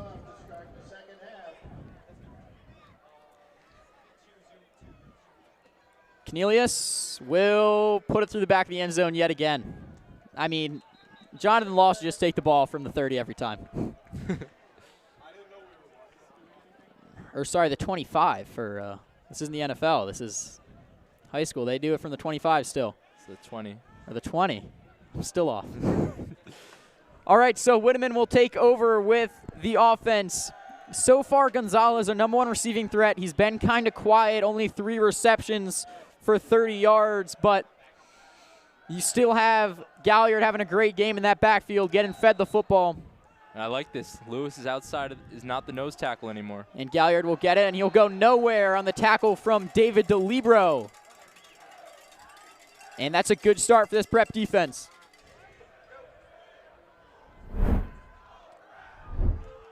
Yeah, and DeLibro looks a little bit shaken up there. Look at him hopping over. You might want to sub him out. Lewis doesn't really know where he's going. Whitman drops back. Whitman pressured by Burgess. Whitman makes his way to the outside. Evades a sack and gets hammered by James Burgess from behind. Oh my goodness. Whitman did not see that one coming after he evaded Shaney. Burgess sticking with the play to get the sack. I think he just got knocked from the top rope, WWE style. I mean, we saw Manning take a big hit earlier. That one rivaled that. Whitman now rolls out to his right, and it is dropped by Moulton in the middle. It's another drop. So the Prep defense with a 3-and-out, a tackle for a loss, and a sack. And this punt unit has not been great for the Lawmen. They got their last punt blocked. So deep in their own territory, they got to be careful with this one.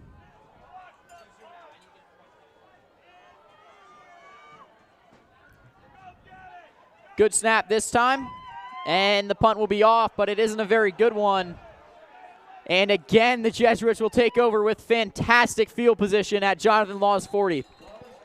Yeah, special teams has really been the difference in this game. It's just been not great for Jonathan Law and great for Fairfield Prep. It's that simple. Yeah, obviously you have the Chad James return touchdown, a blocked punt from the Jesuits as well, and then right there, that punt only went about 20 yards, 30 yards, so the Jesuits get fantastic field position to try and take a lead here. Lombardo with Manning in the backfield. Jesuits in a tight stack here. Manning hands it off to Lombardo. Lombardo takes it outside. He'll try cut inside, but there's nothing there. He'll get dropped for a 1-yard gain. The Law defense looks very formidable. They're doing very well at stopping the run.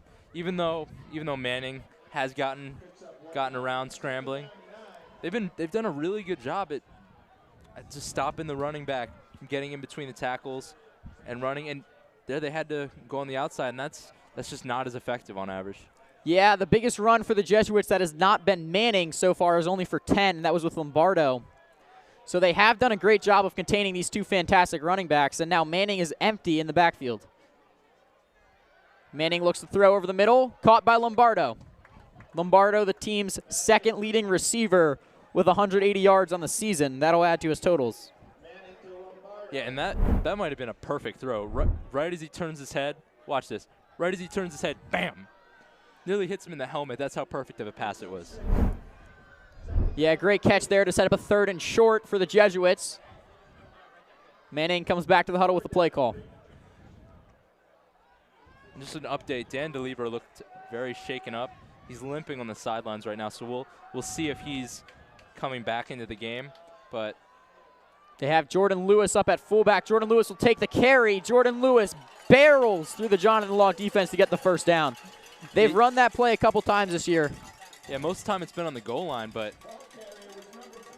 I mean, if you want a short gain, Jordan Lewis is your guy. I don't remember the team it was against, but there was one game where he had 3 sacks, rushing touchdown, and a forced fumble and a fumble recovery. Yeah, I believe that was against Maloney. Maloney, that's right, that's right.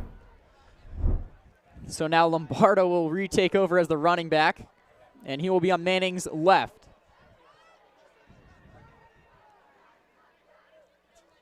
Manning will hand it off to Lombardo. Lombardo tries to make a move again. Jonathan Law all over this rushing game. And that is number 7, Whitteman, in there. Oh, sorry. Number 2, Nicholson, in there on the tackle. Or Nicholas Cosmos. It's close. All right, Jesuits facing a 2nd and 10. Some press defense. 3 receivers on the right side for Manning. Takes the snap. Manning has time. Manning will be sacked, though. He will get back to the line of scrimmage, so it will not be a loss, but there will be a 3rd and 10 facing this Jesuits offense. Yeah, they're playing a lot of cover 3 against these Jesuits. That is not, capital N-O-T, that is not one that you want to run against a rushing team. But Prep's been stalled out on the run. I don't understand. There's not really a reason why Law would do any blitz or anything to stop the run. Just hang back in cover 3, like a Seattle Seahawks type of move. Just hang back, let the game come to you, let these receivers beat you. Yeah, that was a sophomore Rossi on the sack there. Manning this time has time again. Manning will find Newton over the middle for a first down. That's a great job reaching out on a second effort from the junior there. Great job from Dakota Newton. Manning threading the needle between a few defenders. Newton finishing the job. When you give Manning time, he can make plays. That's a tight window. Newton fighting and scrapping for that first down, and he will get it. So Jesuits creeping their way into the red zone. Yeah, they look to be on the 6 or 17-yard line. Callahan joins Manning in the backfield. Manning rolls out to his right. Getting pressured. Manning looks. Open receiver in the end zone. Touchdown, Jesuits. Absolutely a touchdown. That is more on the touchdown reception, but there is a flag down. And it looks like it's against the Jesuits. And it's going to be an illegal shift. This will be called back. That's just not what you want to see. First, the 2 interceptions, the forced fumble, and now a touchdown. All that don't count. That's rough for the Jesuits. Yeah, a couple blunders there, and that's one of those penalties where, like, it doesn't really affect the play that much, and it's just brutal to have it called against you. I mean, Moore was wide open in the end zone there. And you were talking about Moore earlier, how we really need to see some more receiving options from the wide receivers. And Moore you were talking about was one of the guys, the underclassmen, who could take that next step and be one of the next guys next season. Very unfortunate. So Manning with time again. Manning with a lot of time. Manning rolls out to his right, looks downfield, and he has him again. The Jesuits and Brian Moore repeat it. Manning with a dot to the right corner of the end zone. Wow. Just wow. 2 straight. I mean, Manning must have felt bad that he didn't get that touchdown there. Said, I got you on this one. Yeah, Manning with all the time in the world rolled out to his right and fired right to Moore. And the first one was called back, but they got it. Second time's the charm, I guess. Yeah, just had to get it one more time. Yep. And the Jesuits take a 20-14 lead. Cornelius looking to make that 21-14. He will. So the Jesuits with a touchdown lead over the Lawmen as Manning throws a dot to the back of the end zone. Yeah, now all the pressure is on Jonathan Law. Look at the scrambling. Improvisation from Manning. Deep ball. Throws. And just not an easy catch. You can't really see on the screen there, but that is a toe tap catch. And he got 2 feet down. That's a Sunday catch. That is a great catch right there. Obviously, the receiving core having depth is incredibly important, and Moore has provided that. Registration for the 2025-2026 school year is open now. The membership All right, so Cornelius will kick off here, looking to put it through the back of the end zone again, and now Jonathan Law is going to be forced to respond. including select men's and women's basketball games. To register, visit fairfield-stags.com/. See the game captain, Jackson Django, out there on the kickoff team. Although this kickoff unit has not gotten much action, as Cornelius has put 4 through the back of the end zone so far. They've been doing a lot of cardio. That's not. Oh. That's not how I meant that. And Cornelius will, again, put it into the end zone. So, Jonathan Law will take over from the 20, as we learned last time. And Whitteman now has to match Manning. We're having a good old-fashioned quarterback duel here in Rafferty Stadium, as we're getting another view of this touchdown. On the run, right into the hands of Brian Moore. A wide-open Brian Moore at that.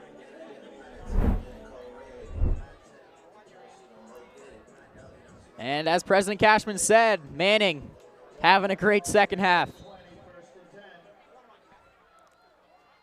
So Galliard with the football here, and Galliard will go absolutely nowhere. That's Newkirk on the tackle. Yeah, and Law had been running very well against the front seven of Prep in the first half. But after that change of Jordan Lewis going back to the edge, or even more just the defensive end, they've had a lot of trouble just matching him. And now I think they have to go through the air. You have to do that. Good to see DeLibero back out there after being shaken up a bit. And now for the first time this game, or one of the first few times, Whitteman in an almost empty set with Galliard out in front of him on the far right. And Whitteman looks to find his target downfield, just overthrown. He was looking for Kenzierski. Yeah, and that's a rare time you see Jack Buck get beat. The dual sport athlete. He's got some speed on him. I'm a little impressed by Kenzierski just being able to get past Buck. Yeah, obviously Kenzierski in the first quarter had a big catch that went for about 25. Has had more of an impact running the football since then right there. Whitteman just missed him. Simulated pressure. Whitteman rolls out to his left. Whitteman fires. Moulton on the catch. Moulton will get the first down as he gets out of bounds at the 30. Yeah, even with a bad spot, I think that was an easy first down for Whitteman. Moulton leaving his mark on this game. Big first down grab right there. And also the touchdown earlier in the first half. Whitteman joined here by Galliard in the backfield. Whitteman on a keeper. Whitteman takes it to the outside. Whitteman's going to try and beat Sam Barrett. Barrett throws him down, and he's assisted with Colin Sullivan there on the tackle, but Whitteman will go for 8. Yeah, it wasn't pretty, but he stumbled his way into 8. I'll take that any day. Going to be more 6, I believe. It's going to be 6-yard run there from Whitteman, and that was a hard 6 yards to get. Whitteman's hands off to Galliard. Galliard up the gut, and to be stopped there by basically the entire Prep defense. So 3rd and short for this Jonathan Law offense. You would assume this is a two-play drive here. Like they would go for it on 4th down, wouldn't you think? I'm not exactly sure with the way that their offense has been rolling this whole game. They might not need to, though, as Galliard gets the first down. As I was saying, though, I don't know if you want to go for it on your side of the field. I know your punter has been having some issues getting what it seems like a 10-yard average punt, but I think you gotta trust your defense a little bit. So Galliard fighting his way for the first down there. And he'll take it again. Galliard goes up the middle, and he'll be stopped by another horde of Prep defenders. DeLibero was the main one on that, I believe. There's a few reasons you would run the ball so consistently. If you're Law, number 1, you want to tire the defense out. Number 2, you want to shorten the game. Number 3, in my opinion, you want to set up the play action, and that is what I'm expecting. Definitely, they'll run it again. This time, Galliard's got absolutely nowhere to go. Morris on the tackle. Now, I think in this situation, you want to go for it if you get any yardage. And for that reason, I think you may, this sounds ridiculous, but I think you run the ball again. I mean, it's been working so far. They have a 3rd and 3 here, 3rd and 2. I like a read option to the left side. Yeah, they have 3 wide receivers on the left. He's going to launch a deep one downfield to Gonzalez. And Gonzalez can't come up with it.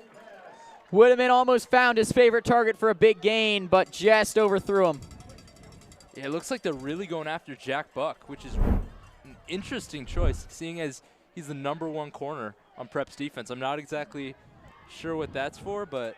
Yeah, Buck was step for step with Gonzalez there. Gonzalez would have had to make a spectacular catch to bring that one down. Yeah, I'm not exactly sure what that's about, but maybe they see a weakness in Buck's game. 4th and 2 here for the Lawmen. Galliard in the backfield with Whitman. 3 wide receivers on the left again for the Lawmen.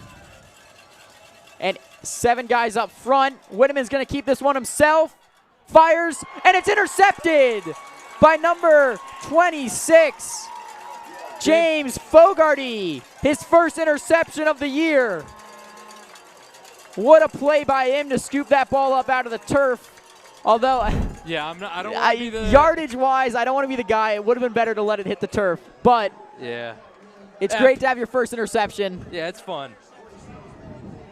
Great job from the junior. He'll be back next year doing the same stuff. I don't want to be that guy, but yeah, you should have dropped that one, buddy. I mean, yeah, in the heat of the moment, it's tough to think of that. See ball, get ball. That was right off the hands of Gonzalez. I think Whitman might have had the first with his legs. He chose to throw it, and he gets picked off there. It's funny that that's the one that's intercepted and not the other few. Yeah. And Callahan will take it out to the left side. He's going to try and bring it back, but there's nowhere to go. Yeah, I'd just like to bring up that's Whitman's only his 2nd pick of the whole year. He's got a 17-2 TD to interception 18 ratio. to 2 now. Oh, 18 to 2 now. Pick to interception, or not pick to interception, touchdown to interception ratio. I'd hope it wouldn't be pick to interception, but 9 to 1. That's a great ratio. Even though that one was a bit of a fluky interception. Yeah, I mean, he had 2 others that were dropped. That one caught, even though it was off a deflection of his own receiver's hands, but that's just the way football works sometimes. Manning will look to throw, and he'll find Moore again. He'll get the yardage lost back. Yeah, it's interesting that this is the game that he targets Moore so much, considering that his number 1 and 2 receivers are back. Yeah, Moore was given an opportunity with Newton being hurt a lot of the season, and he definitely made some key plays for this Jesuits offense, and he's getting a lot of looks here tonight, even with Newton being back. Blink and you'll miss it. It's already 3rd down and 6. I know. Jesuits not looking to give the ball right back. That's a low snap. Manning still recovers it, fires to the sideline, and it is batted out of Langston's hands by number 17, Logan Malarkey. What a play by him. That's textbook defense. I'm a fan of the Prep Jesuits through and through, but that was fantastic defense. Get that hit on him. Hit him in the back.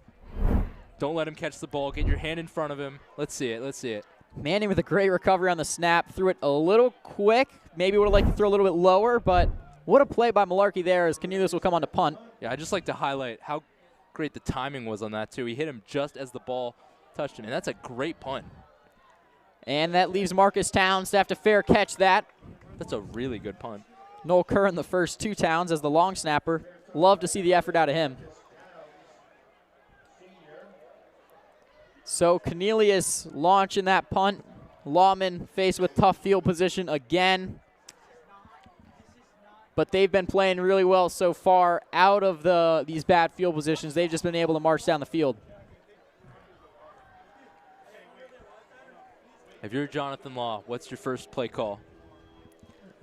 So far, the runs with Galliard, I mean, they've been able to get a chunk of yardage out of them every time. And that's what they're going to go to up the middle here. And Galliard's going to get 3.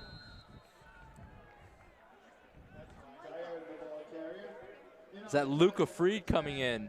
The nose tackle. He's back. Yeah, he's going to come back in for this 2nd and 6, 2nd and 5.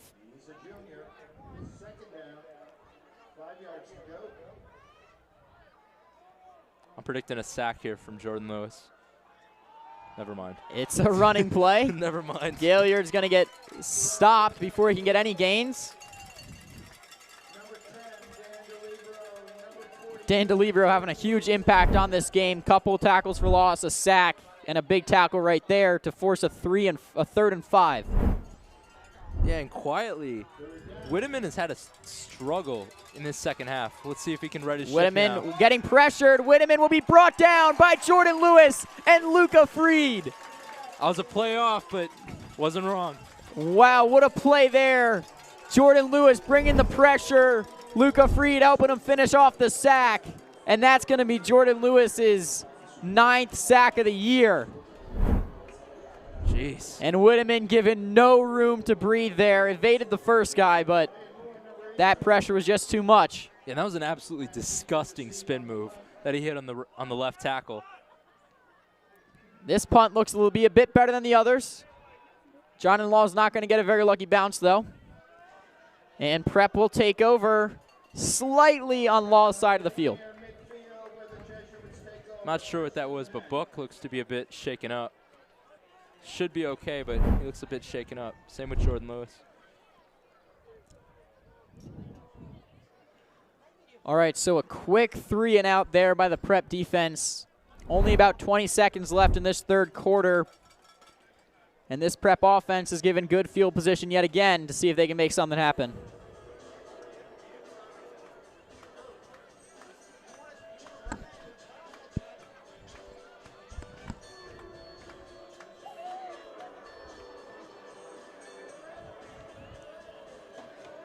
Jack Watson at right tackles had a good game so far, matching up against Shane Hansen. This offensive line playing well. Lombardo on the rush. Lombardo will try and squeeze his way out of a pile of Law defenders. He'll fight for 5.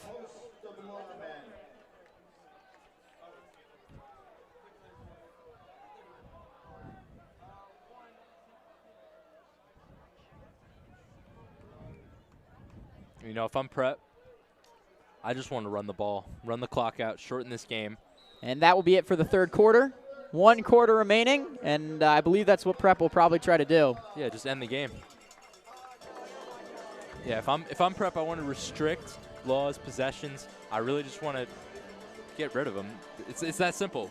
Less possessions for Law, less likelihood they'll be able to come back. Run the ball inside, Scout Callahan. Yeah, Robbie Manning, honestly, Lombardo. Yeah, Robbie Manning has had a few huge runs this game. As well as passes, as we'll see right here. Yeah, this pass was just a dot. I don't know if you recall this, but the Tommy DeVito Monday Night Football Giants-Packers game, that reminded me a lot of that throw. I don't know. That might be a niche reference. Yeah, but I can't quite recall that one. I think it was more like one of my favorite regular season games of all time. I think it was more like the UCF McLean throw. Oh, yes, I have seen that one. Manning showing out his ability to roll out today. That McLean throw might be one of the best announcer jobs I've ever seen. It truly was. So now, we thought he was going to run the football. Manning actually lines up in an empty backfield. So unless this is a quarterback keeper. Yeah, we're wrong. So there's 5 wide receivers lined up for the Jesuits. And Manning looks to the left side. Manning has Lombardo. Lombardo will be stopped just short of the 1st down. Yeah, the defenders look to be getting a little feisty there. They're trying to punch the ball out. I think one of them accidentally punched him in the gut. Little extra there from the Law defenders. They want to force a turnover to get this football back to Whitteman. Look at this. It's a little feisty. Look at this. Yeah, came in late. Lombardo with, there's no great job holding on to that football. There was no chance that ball was coming out. He was sandwiched in between the other defender. I'm not exactly sure what you were doing, buddy. Yeah, Lombardo was holding on to that thing with all his strength there, and Manning will hand it off. No, he will keep it, and he is brought down immediately by number 12, Seamus Fettigan, who again has met Manning in the backfield. Yeah, I mean, he was the one trying to punch Vinny Lombardo. Now he gets his get back, and what a great I'm not sure if that's a TFL or sack, but absolutely fantastic. Yeah, originally it looked like, you know, it was a great idea to keep that, but Fettigan coming from nowhere. I mean, if Manning got to the edge, he had the first down easily, but Fettigan with a great tackle, textbook tackle to keep him short of it. Yeah, he's been all over the field today.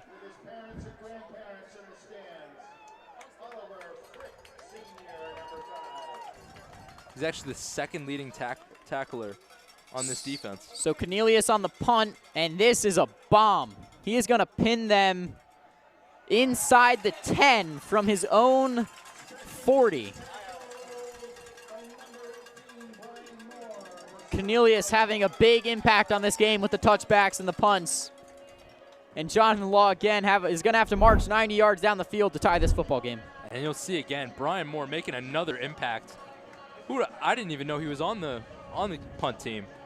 Absolutely fantastic. That's what you want to see from a wide receiver. He made a great tackle on Marcus Towns there. That's the first time Law has had a chance to return a kick today, and Brian Moore didn't let him. Whitteman is going to be low on his intended target. His intended target was Hunter Kenzerski. This is going to be tough for Law. They have to go 90 yards. 90 yards if they want to score this touchdown. You need some chunk plays. You need everything if you want to get this touchdown.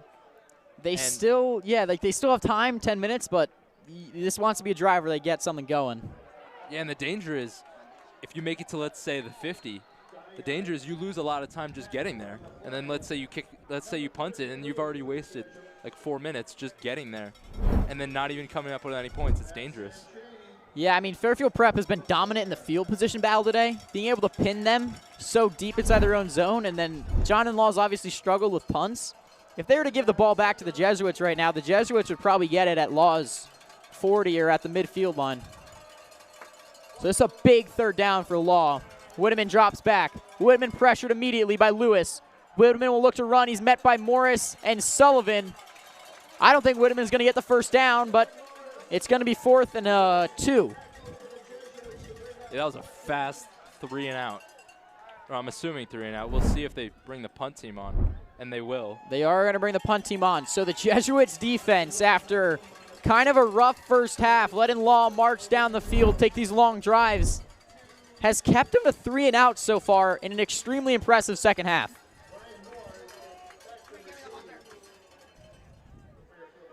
So Brian Moore back to receive the punt in front of the 50. That was almost blocked there, but this punt's going to go deep. Law gets a favorable bounce, and the Jesuits will take over slightly inside their own half. I mean, I'm a basketball guy at heart. I think this is the time where you got to hit the dagger if you're Prep. Put the dagger in the coffin. Just end it. Preferably a touchdown, but even a field goal is going to make it seem insurmountable for Jonathan Law to come back. This is part of the reason that I preferred for them to kick the field goal a bit ago. You would be up 10 points right now, and they'd be in near desperation mode, especially after this. Even if you don't score, just running the clock out, and you'll give it to them even if you don't score with, let's say, 5 minutes left. Completely agree. They want to take a 2-score lead. That would make a Jonathan Law comeback not impossible, but extremely difficult. Manning with Lewis in the backfield as well as Lombardo. Lewis is the lead blocker. Lombardo will weave his way for 2. It's been a struggle for this Prep run game today, but they're still handing it off, and I mean it's working to an extent.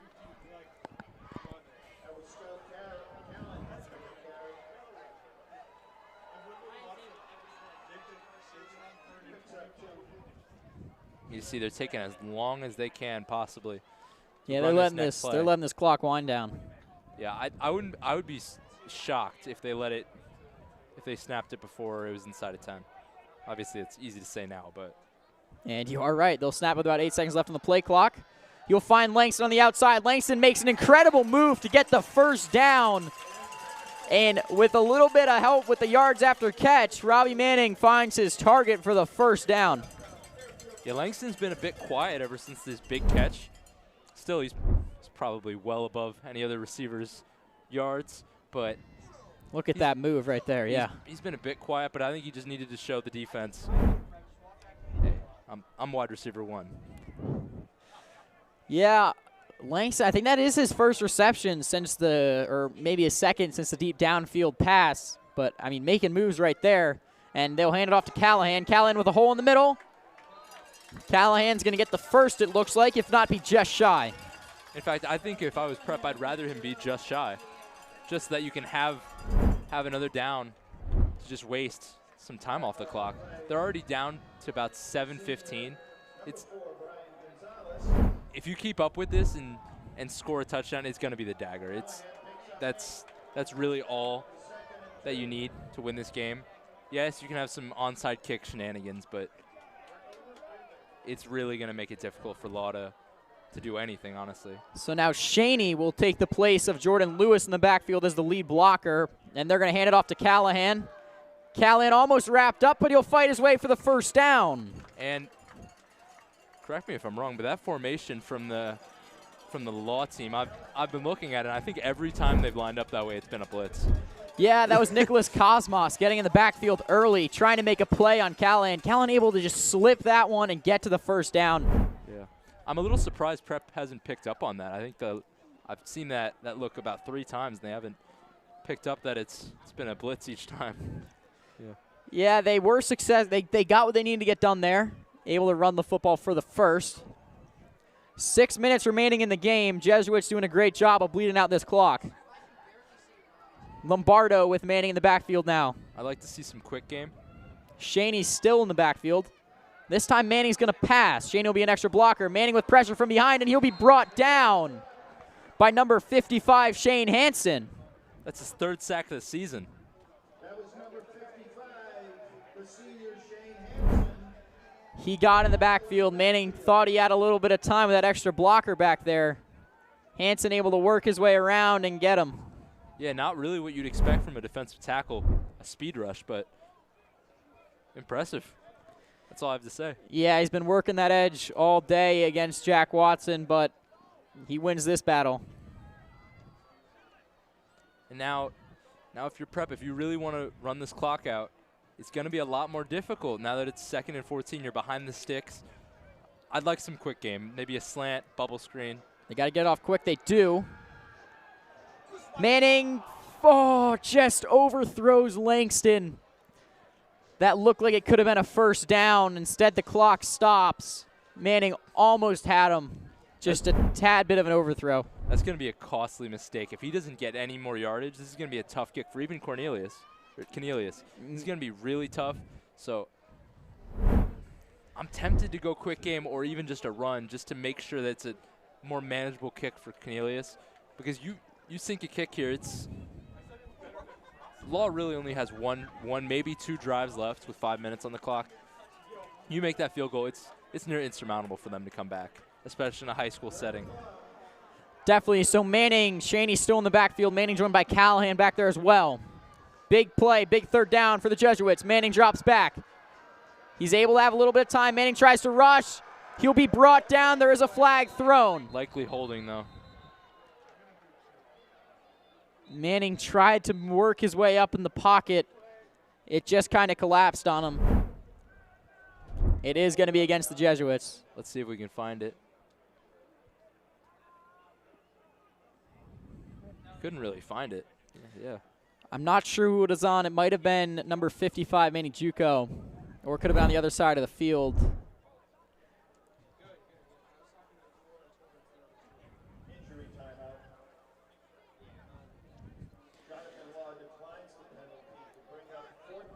So Jonathan Law will decline the penalty. It's going to be 4th and long here, and the Jesuits are going to bring out their punt team. Cornelius with a big-time punt here is going to have to try and seal him within the 5. Between you and me, I think you could kick it. I don't know. This would be about a 55-yard field goal, 53-yard field goal. Oh, shoot. His long on the season is only 41. Yeah, maybe not. Maybe not. Maybe not. I've seen him hit a 55 before, but that's just in practice and just with a stance. So we'll see. I agree. I mean, he can do it. The air's a little crisp. Ball doesn't fly as much in the cold air. Hopefully, this Jonathan Law player is all right. Yeah.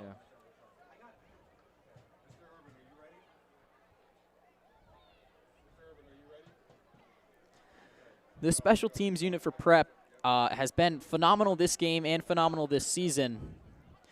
Really, I mean, Ben Kinley has been a big part of it, but we can't forget the Chad James return touchdown, the long snapping from Noel Curran. Like, special teams is, like, it is one of their identities of this team because they do it mistake-free for the most part. And you love to see the bomb squad there. Will Kelly getting into it. Business theme for the bomb squad tonight. A few people must have forgotten their suits and ties, but it's okay. And now the punt team will take the field. Law is electing. Oh no, Marcus Towns will be back there to return. This is going to be kind of a chip punt for Cornelius.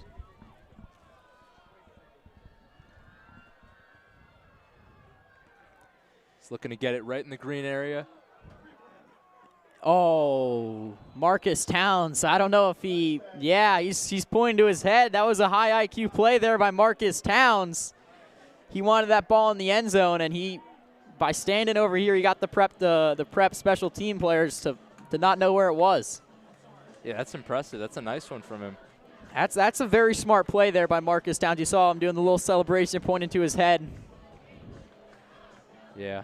And so now Law will take over from the 20. Yeah, to use your golf analogy, that was just shot it right over the green. Right into the woods. I'm not. Yeah, I mean, it was about 2 yards in the end zone, but. Yeah, tough bounce. Now, Gaylord will go for 3.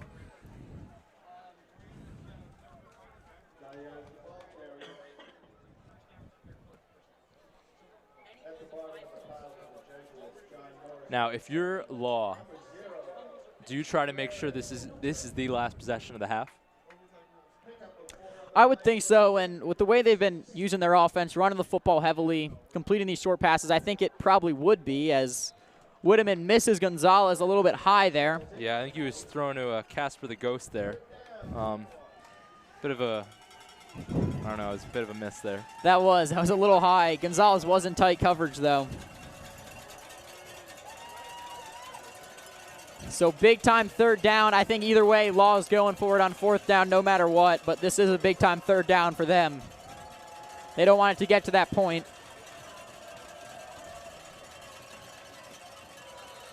And no, it's a false start against Law. I initially thought the defense had another neutral zone infraction, but Law is going to be moving back. I'm not exactly sure if that was incited by John Morris or not, but if it was, well done, without getting in the neutral zone. Yeah, it was a great play by him. He faked the pressure, might have gotten somebody to flinch on that offensive line. Jonathan Law made their challenge a whole lot tougher. Whitteman pressured. Whitteman intercepted by Tavares Newkirk, and the Jesuits will take over. That's his 2nd of the season. I mean, a lot easier than his one-handed catch. But Tavares Newkirk, the referees, the officials are conferring. I thought he intercepted it from up here. They're saying it might have touched the ground. Let's look at this replay. Let's get a replay on this. I'd love for a slowdown. Whitteman pressured by DeLibero. And they will call it an interception for the Jesuits. Tavares Newkirk coming up clutch. The undisputed interception from Tavares Newkirk. So the Jesuits offense, I mean, so Whitteman came into this game having only thrown 1 interception on the year. Tonight he's thrown 2, and 2 were dropped, so he's had a bit of a tough night keeping the ball safe. And Tavares Newkirk coming up big for the Jesuits right there. Yeah, and I was a little worried about the Jesuits because one of their biggest attributes, best attributes in my opinion, is being able to force turnovers. Against Maloney, they forced a team that actually hadn't turned the ball over all year in 5 games. They made him fumble 3 times and throw a pick.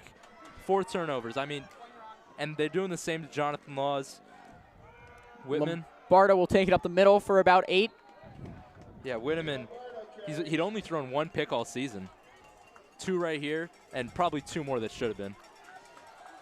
Yeah, Tavares Newkirk diving for that interception. DeLibero forced him to throw early by applying some pressure. And now this Jesuits offense taken right back over where they left off. I mean, they're just looking to run it, get some time off, and maybe an extra touchdown as a bonus. Yeah, and they're well within Cornelius' range.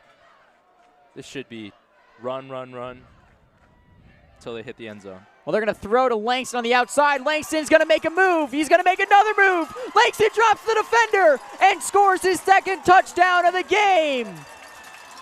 And it is 28-14 or 27-14 Jesuits. And that should be the dagger in the heart of Jonathan Law. That should be it. Langston on his 2nd touchdown of the season shrugs a man up, jukes another into the end zone. Too easy. Langston making a phenomenal first move, and then he did an even better job making a phenomenal 2nd move to find his way into the end zone. I'm going to have to ask him about that in 2nd period. Yeah, I mean, I thought they were just going to run it the whole way down. Manning looks to throw, and Langston does the rest, and that is why he's the #1 receiving option on this team. Cornelius bangs it through. Still perfect on extra points for the year, and the Jesuits take a 28-14 lead with 3.5 minutes to go in the 4th. We don't exactly have the stats down, but that's got to be Langston's 50th touchdown of the season. Langston dropping #6 Henry Smith there. I mean, Manning puts it on the outside shoulder or the outside of the hands. And Langston can go deep. He can get the bombs. We've already seen one of those today. He can also get those yards after catch. Very underrated part of his game.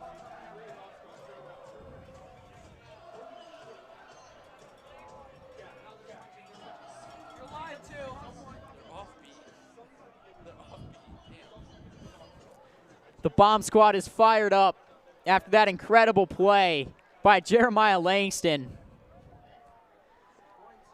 Cornelius to kick off here, and the Jesuits seem to have their way to a 7-2 season here, or 7-2 or a record.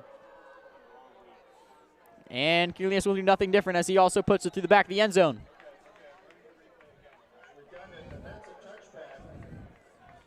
This Prep defense, they've really locked down on Jonathan Law in the 2nd half.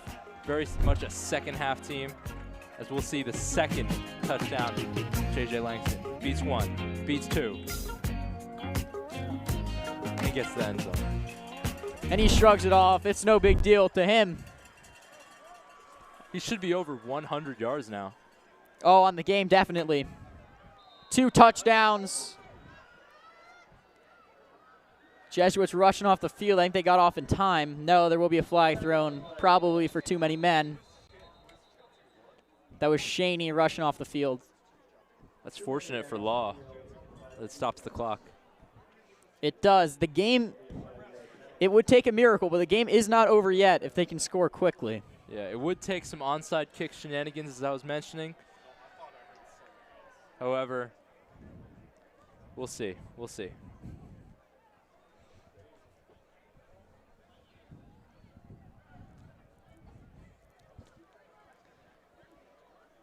It's going to be 1st and 10, but they are going to move the football up for the too many men penalty.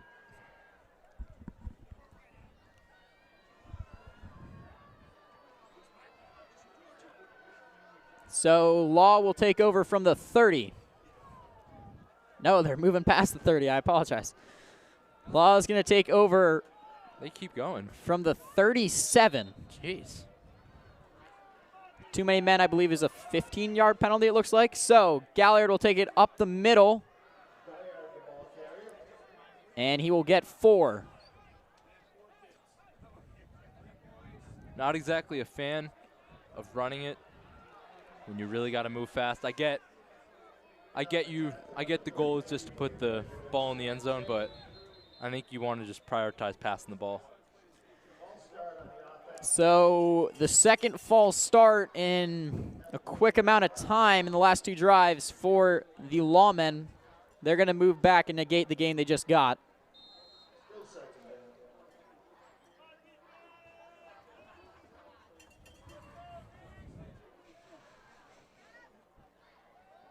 Whitteman will take it on the carry.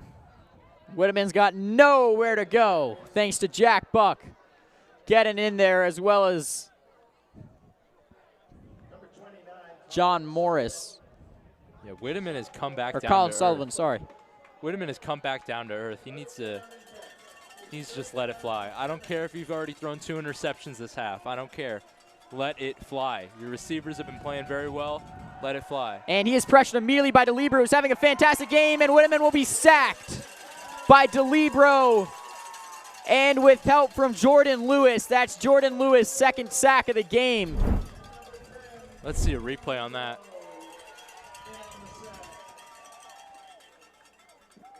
There's just nowhere to go when you got Jordan Lewis right in front of you.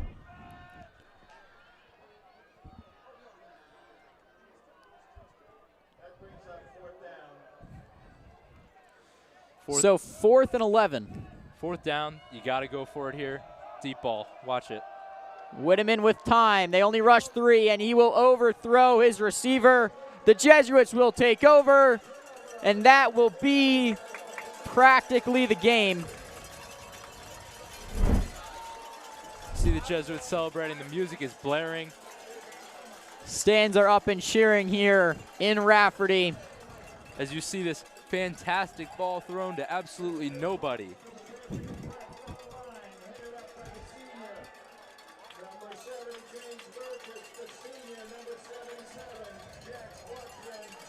So the Prep offense takes over from the 37, and they're probably just going to go into victory formation here. Law does have 3 timeouts. I don't know if they're going to use them.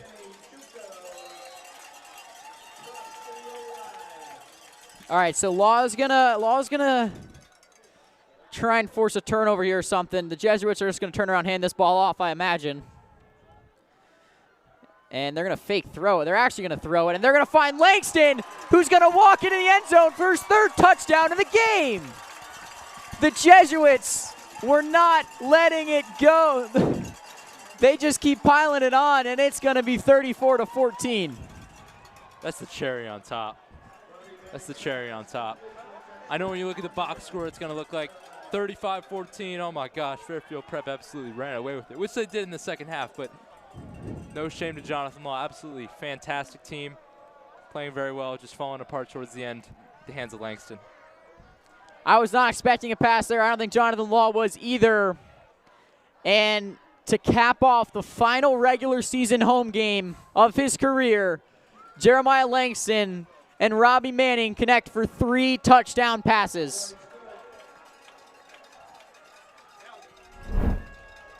Let's see a replay on that. Robbie pump fakes. Yeah, and he beat his man. Marcus Towns was on coverage. Yeah, he's actually their top DB with 6 interceptions. So the Jesuits piling it on late. Let's not forget, this was a tie game at halftime. Coming out of the locker rooms, it was 14-14, and Jonathan Law was going to receive the kickoff. And now, Jesuits took control of the game, made it 35-14. Really did not allow the Jonathan Law offense to get going. And their offense certainly was moving in this second half. Yeah, and you got to say, I mean, Jonathan Law, the momentum was all in their favor going into the second half. In fact, I myself was worried. I was thinking, wow, Jonathan Law, that offense is pumping. Their defense is formidable. Prep must have made just a really nice adjustment at half. Yeah, definitely. They really got to Whitman in this second half. Pass rush, yeah. They had I believe, two interceptions in the second half and a couple of sacks on top of that.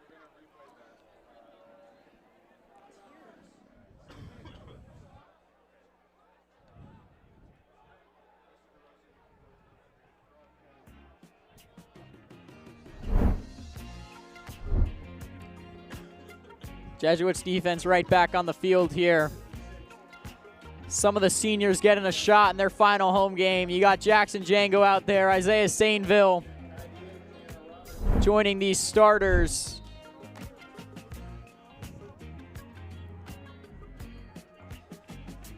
This ball just be handed off. You also have Brody Sommers on the tackle there.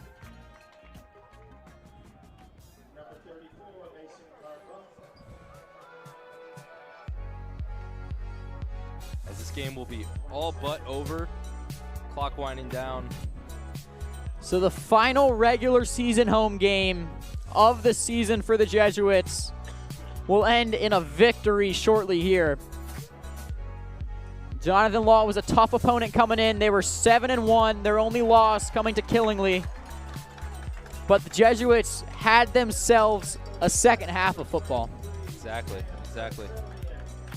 The sack there by the Jesuits defense adds on to their totals for the night. It's going to be 3rd and 20.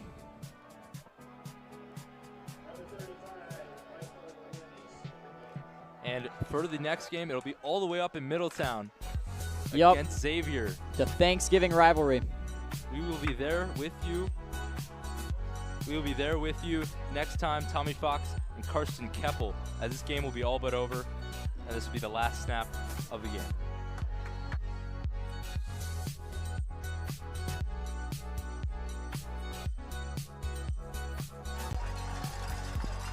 All right, the Jesuits will walk off the field of Rafferty for they secured home playoff berths.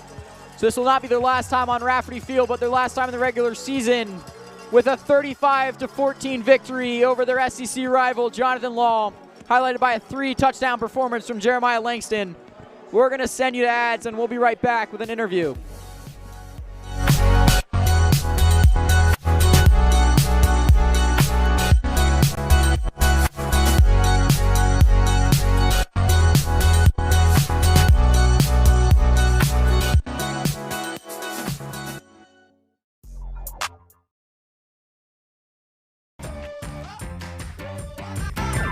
Checking in the media, boy, it's dressed to the nines. The limo riding feet of fire, taking over tonight. Ain't gotta roll with me, just need a few to beat. Do that thing until they see. You know what to do now. Na na na, na na na na na na. Running when I hit the ground, that's what I'm all about. I'm all about it. I'm all about it.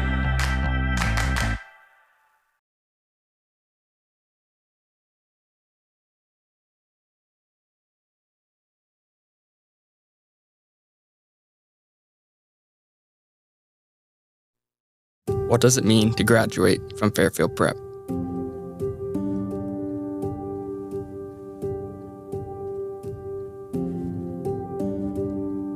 It's hard to put into words because there's truly nothing like it. Maybe it's the moment walking down the aisle to receive your diploma, or the sea of red and white tuxedos all around you, or that firm handshake from President Cashman. Those are unforgettable moments, but they're not what defines it. What truly sets this experience apart happens after graduation, when you're outside celebrating with the people who were once just your classmates. I say once because they're not just classmates anymore. They have become family, your brothers.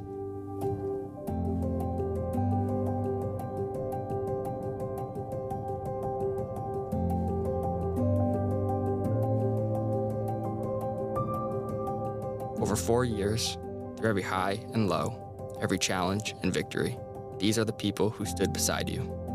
Now, you're no longer students. You're a family. What might be bittersweet goodbyes at other schools becomes something different here. a celebration. Laughter, pride, and a deep sense of connection fill the air as you take one more picture, one more memory together. As we prepare to step into the next chapter of our lives, we carry that brotherhood with us, forever shaped by our time at prep.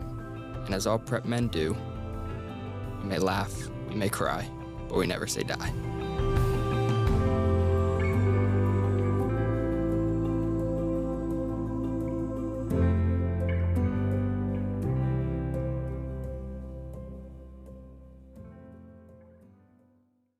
Before I come to officiate your game, I'm busy at work.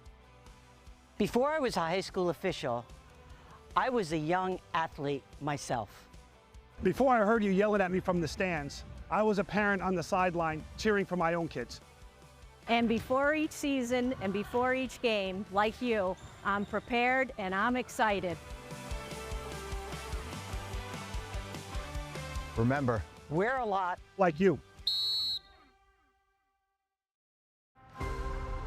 For generations, we've shaped young men into leaders, thinkers, and compassionate individuals. But to maintain our tradition of excellence, we must evolve and grow. In the Ignatian tradition, I begin my day with gratitude. Gratitude for you, our generous supporters and benefactors who have been critical to our success. Now, we invite you to build an even brighter future. Our campaign focuses on 3 essential pillars that will propel Fairfield Prep into the future. By expanding our financial aid program, we'll ensure that a Fairfield Prep education is accessible to deserving students from all backgrounds. It's critical that we continue to expand scholarship opportunities for students whose families can't afford full tuition and allow them to be part of the prep experience, because in fact, they make the prep experience. Fairfield Prep is a very special place, but what makes it special is the people here. I know so many people here who are great athletes and then they turn around and go play with the band or write a short story for a creative writing contest. Whether you like athletics or engineering or art, there's so much to do after school. Our commitment to excellence means providing our faculty with cutting-edge professional development opportunities, empowering them to inspire and challenge our students. By supporting our educators to always pursue learning, we're producing great teachers in the classroom, but also great role models for our students. The faculty here at Fairfield Prep are invited to learn more about the traditions that we are upholding in the classroom, and one of the ways that we do that is through the Jesuit Educators Academy. The Jesuit Educators Academy is a 5-year program in which teachers who are new to prep learn about the mission and core values of Ignatian spirituality. If we do not train faculty, we don't produce the type of students who can go out and set the world afire.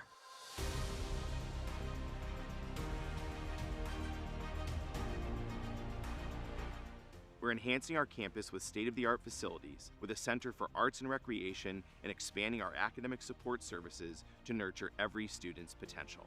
We use a scaffolding approach to provide resources to ensure academic success for our students.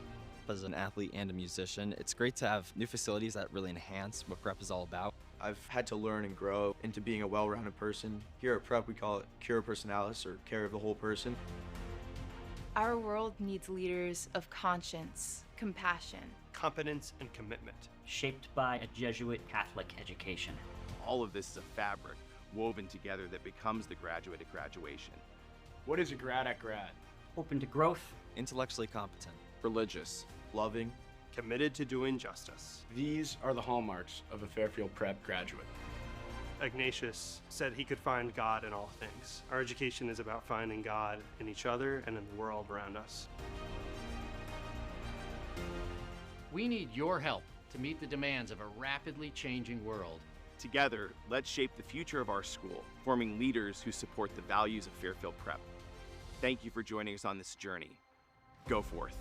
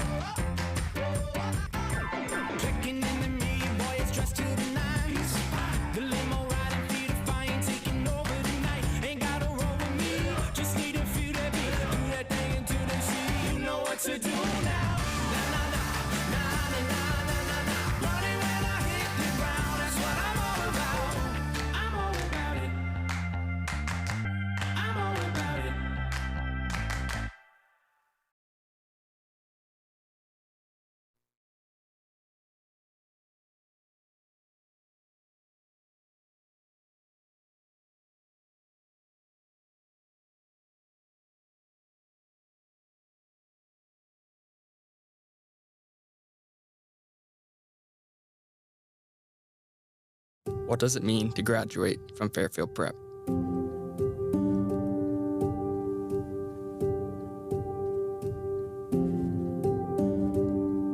It's hard to put into words because there's truly nothing like it. Maybe it's the moment walking down the aisle to receive your diploma, or the sea of red and white tuxedos all around you, or that firm handshake from President Cashman. Those are unforgettable moments, but they're not what defines it. What truly sets this experience apart happens after graduation, when you're outside celebrating with the people who were once just your classmates. I say once because they're not just classmates anymore. They have become family, your brothers.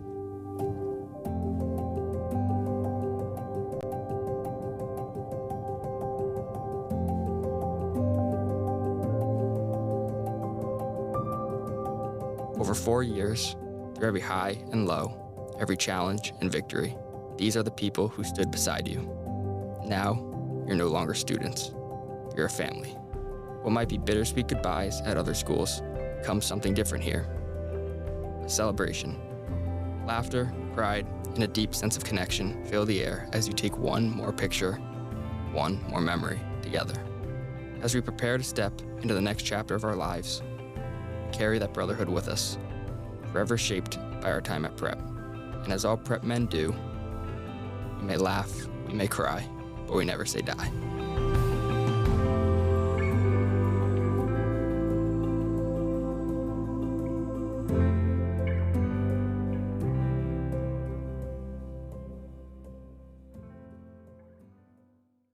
Before I come to officiate your game, I'm busy at work. Before I was a high school official, I was a young athlete myself. Before I heard you yelling at me from the stands, I was a parent on the sideline cheering for my own kids. And before each season and before each game, like you, I'm prepared and I'm excited. Remember, we're a lot like you.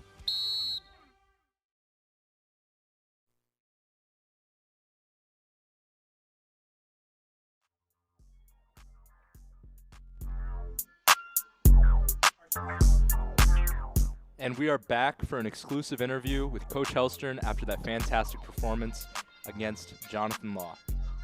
I'll send it down to you, Tommy.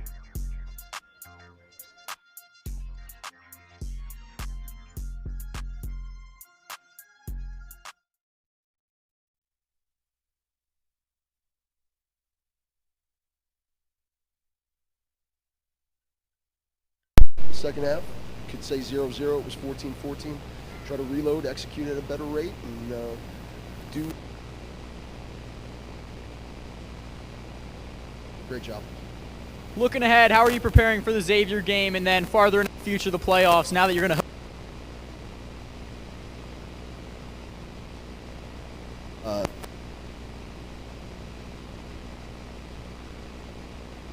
get a chance to be together is a chance to get better. So that's what we're going to work on. Perfect. Thank you. You got it.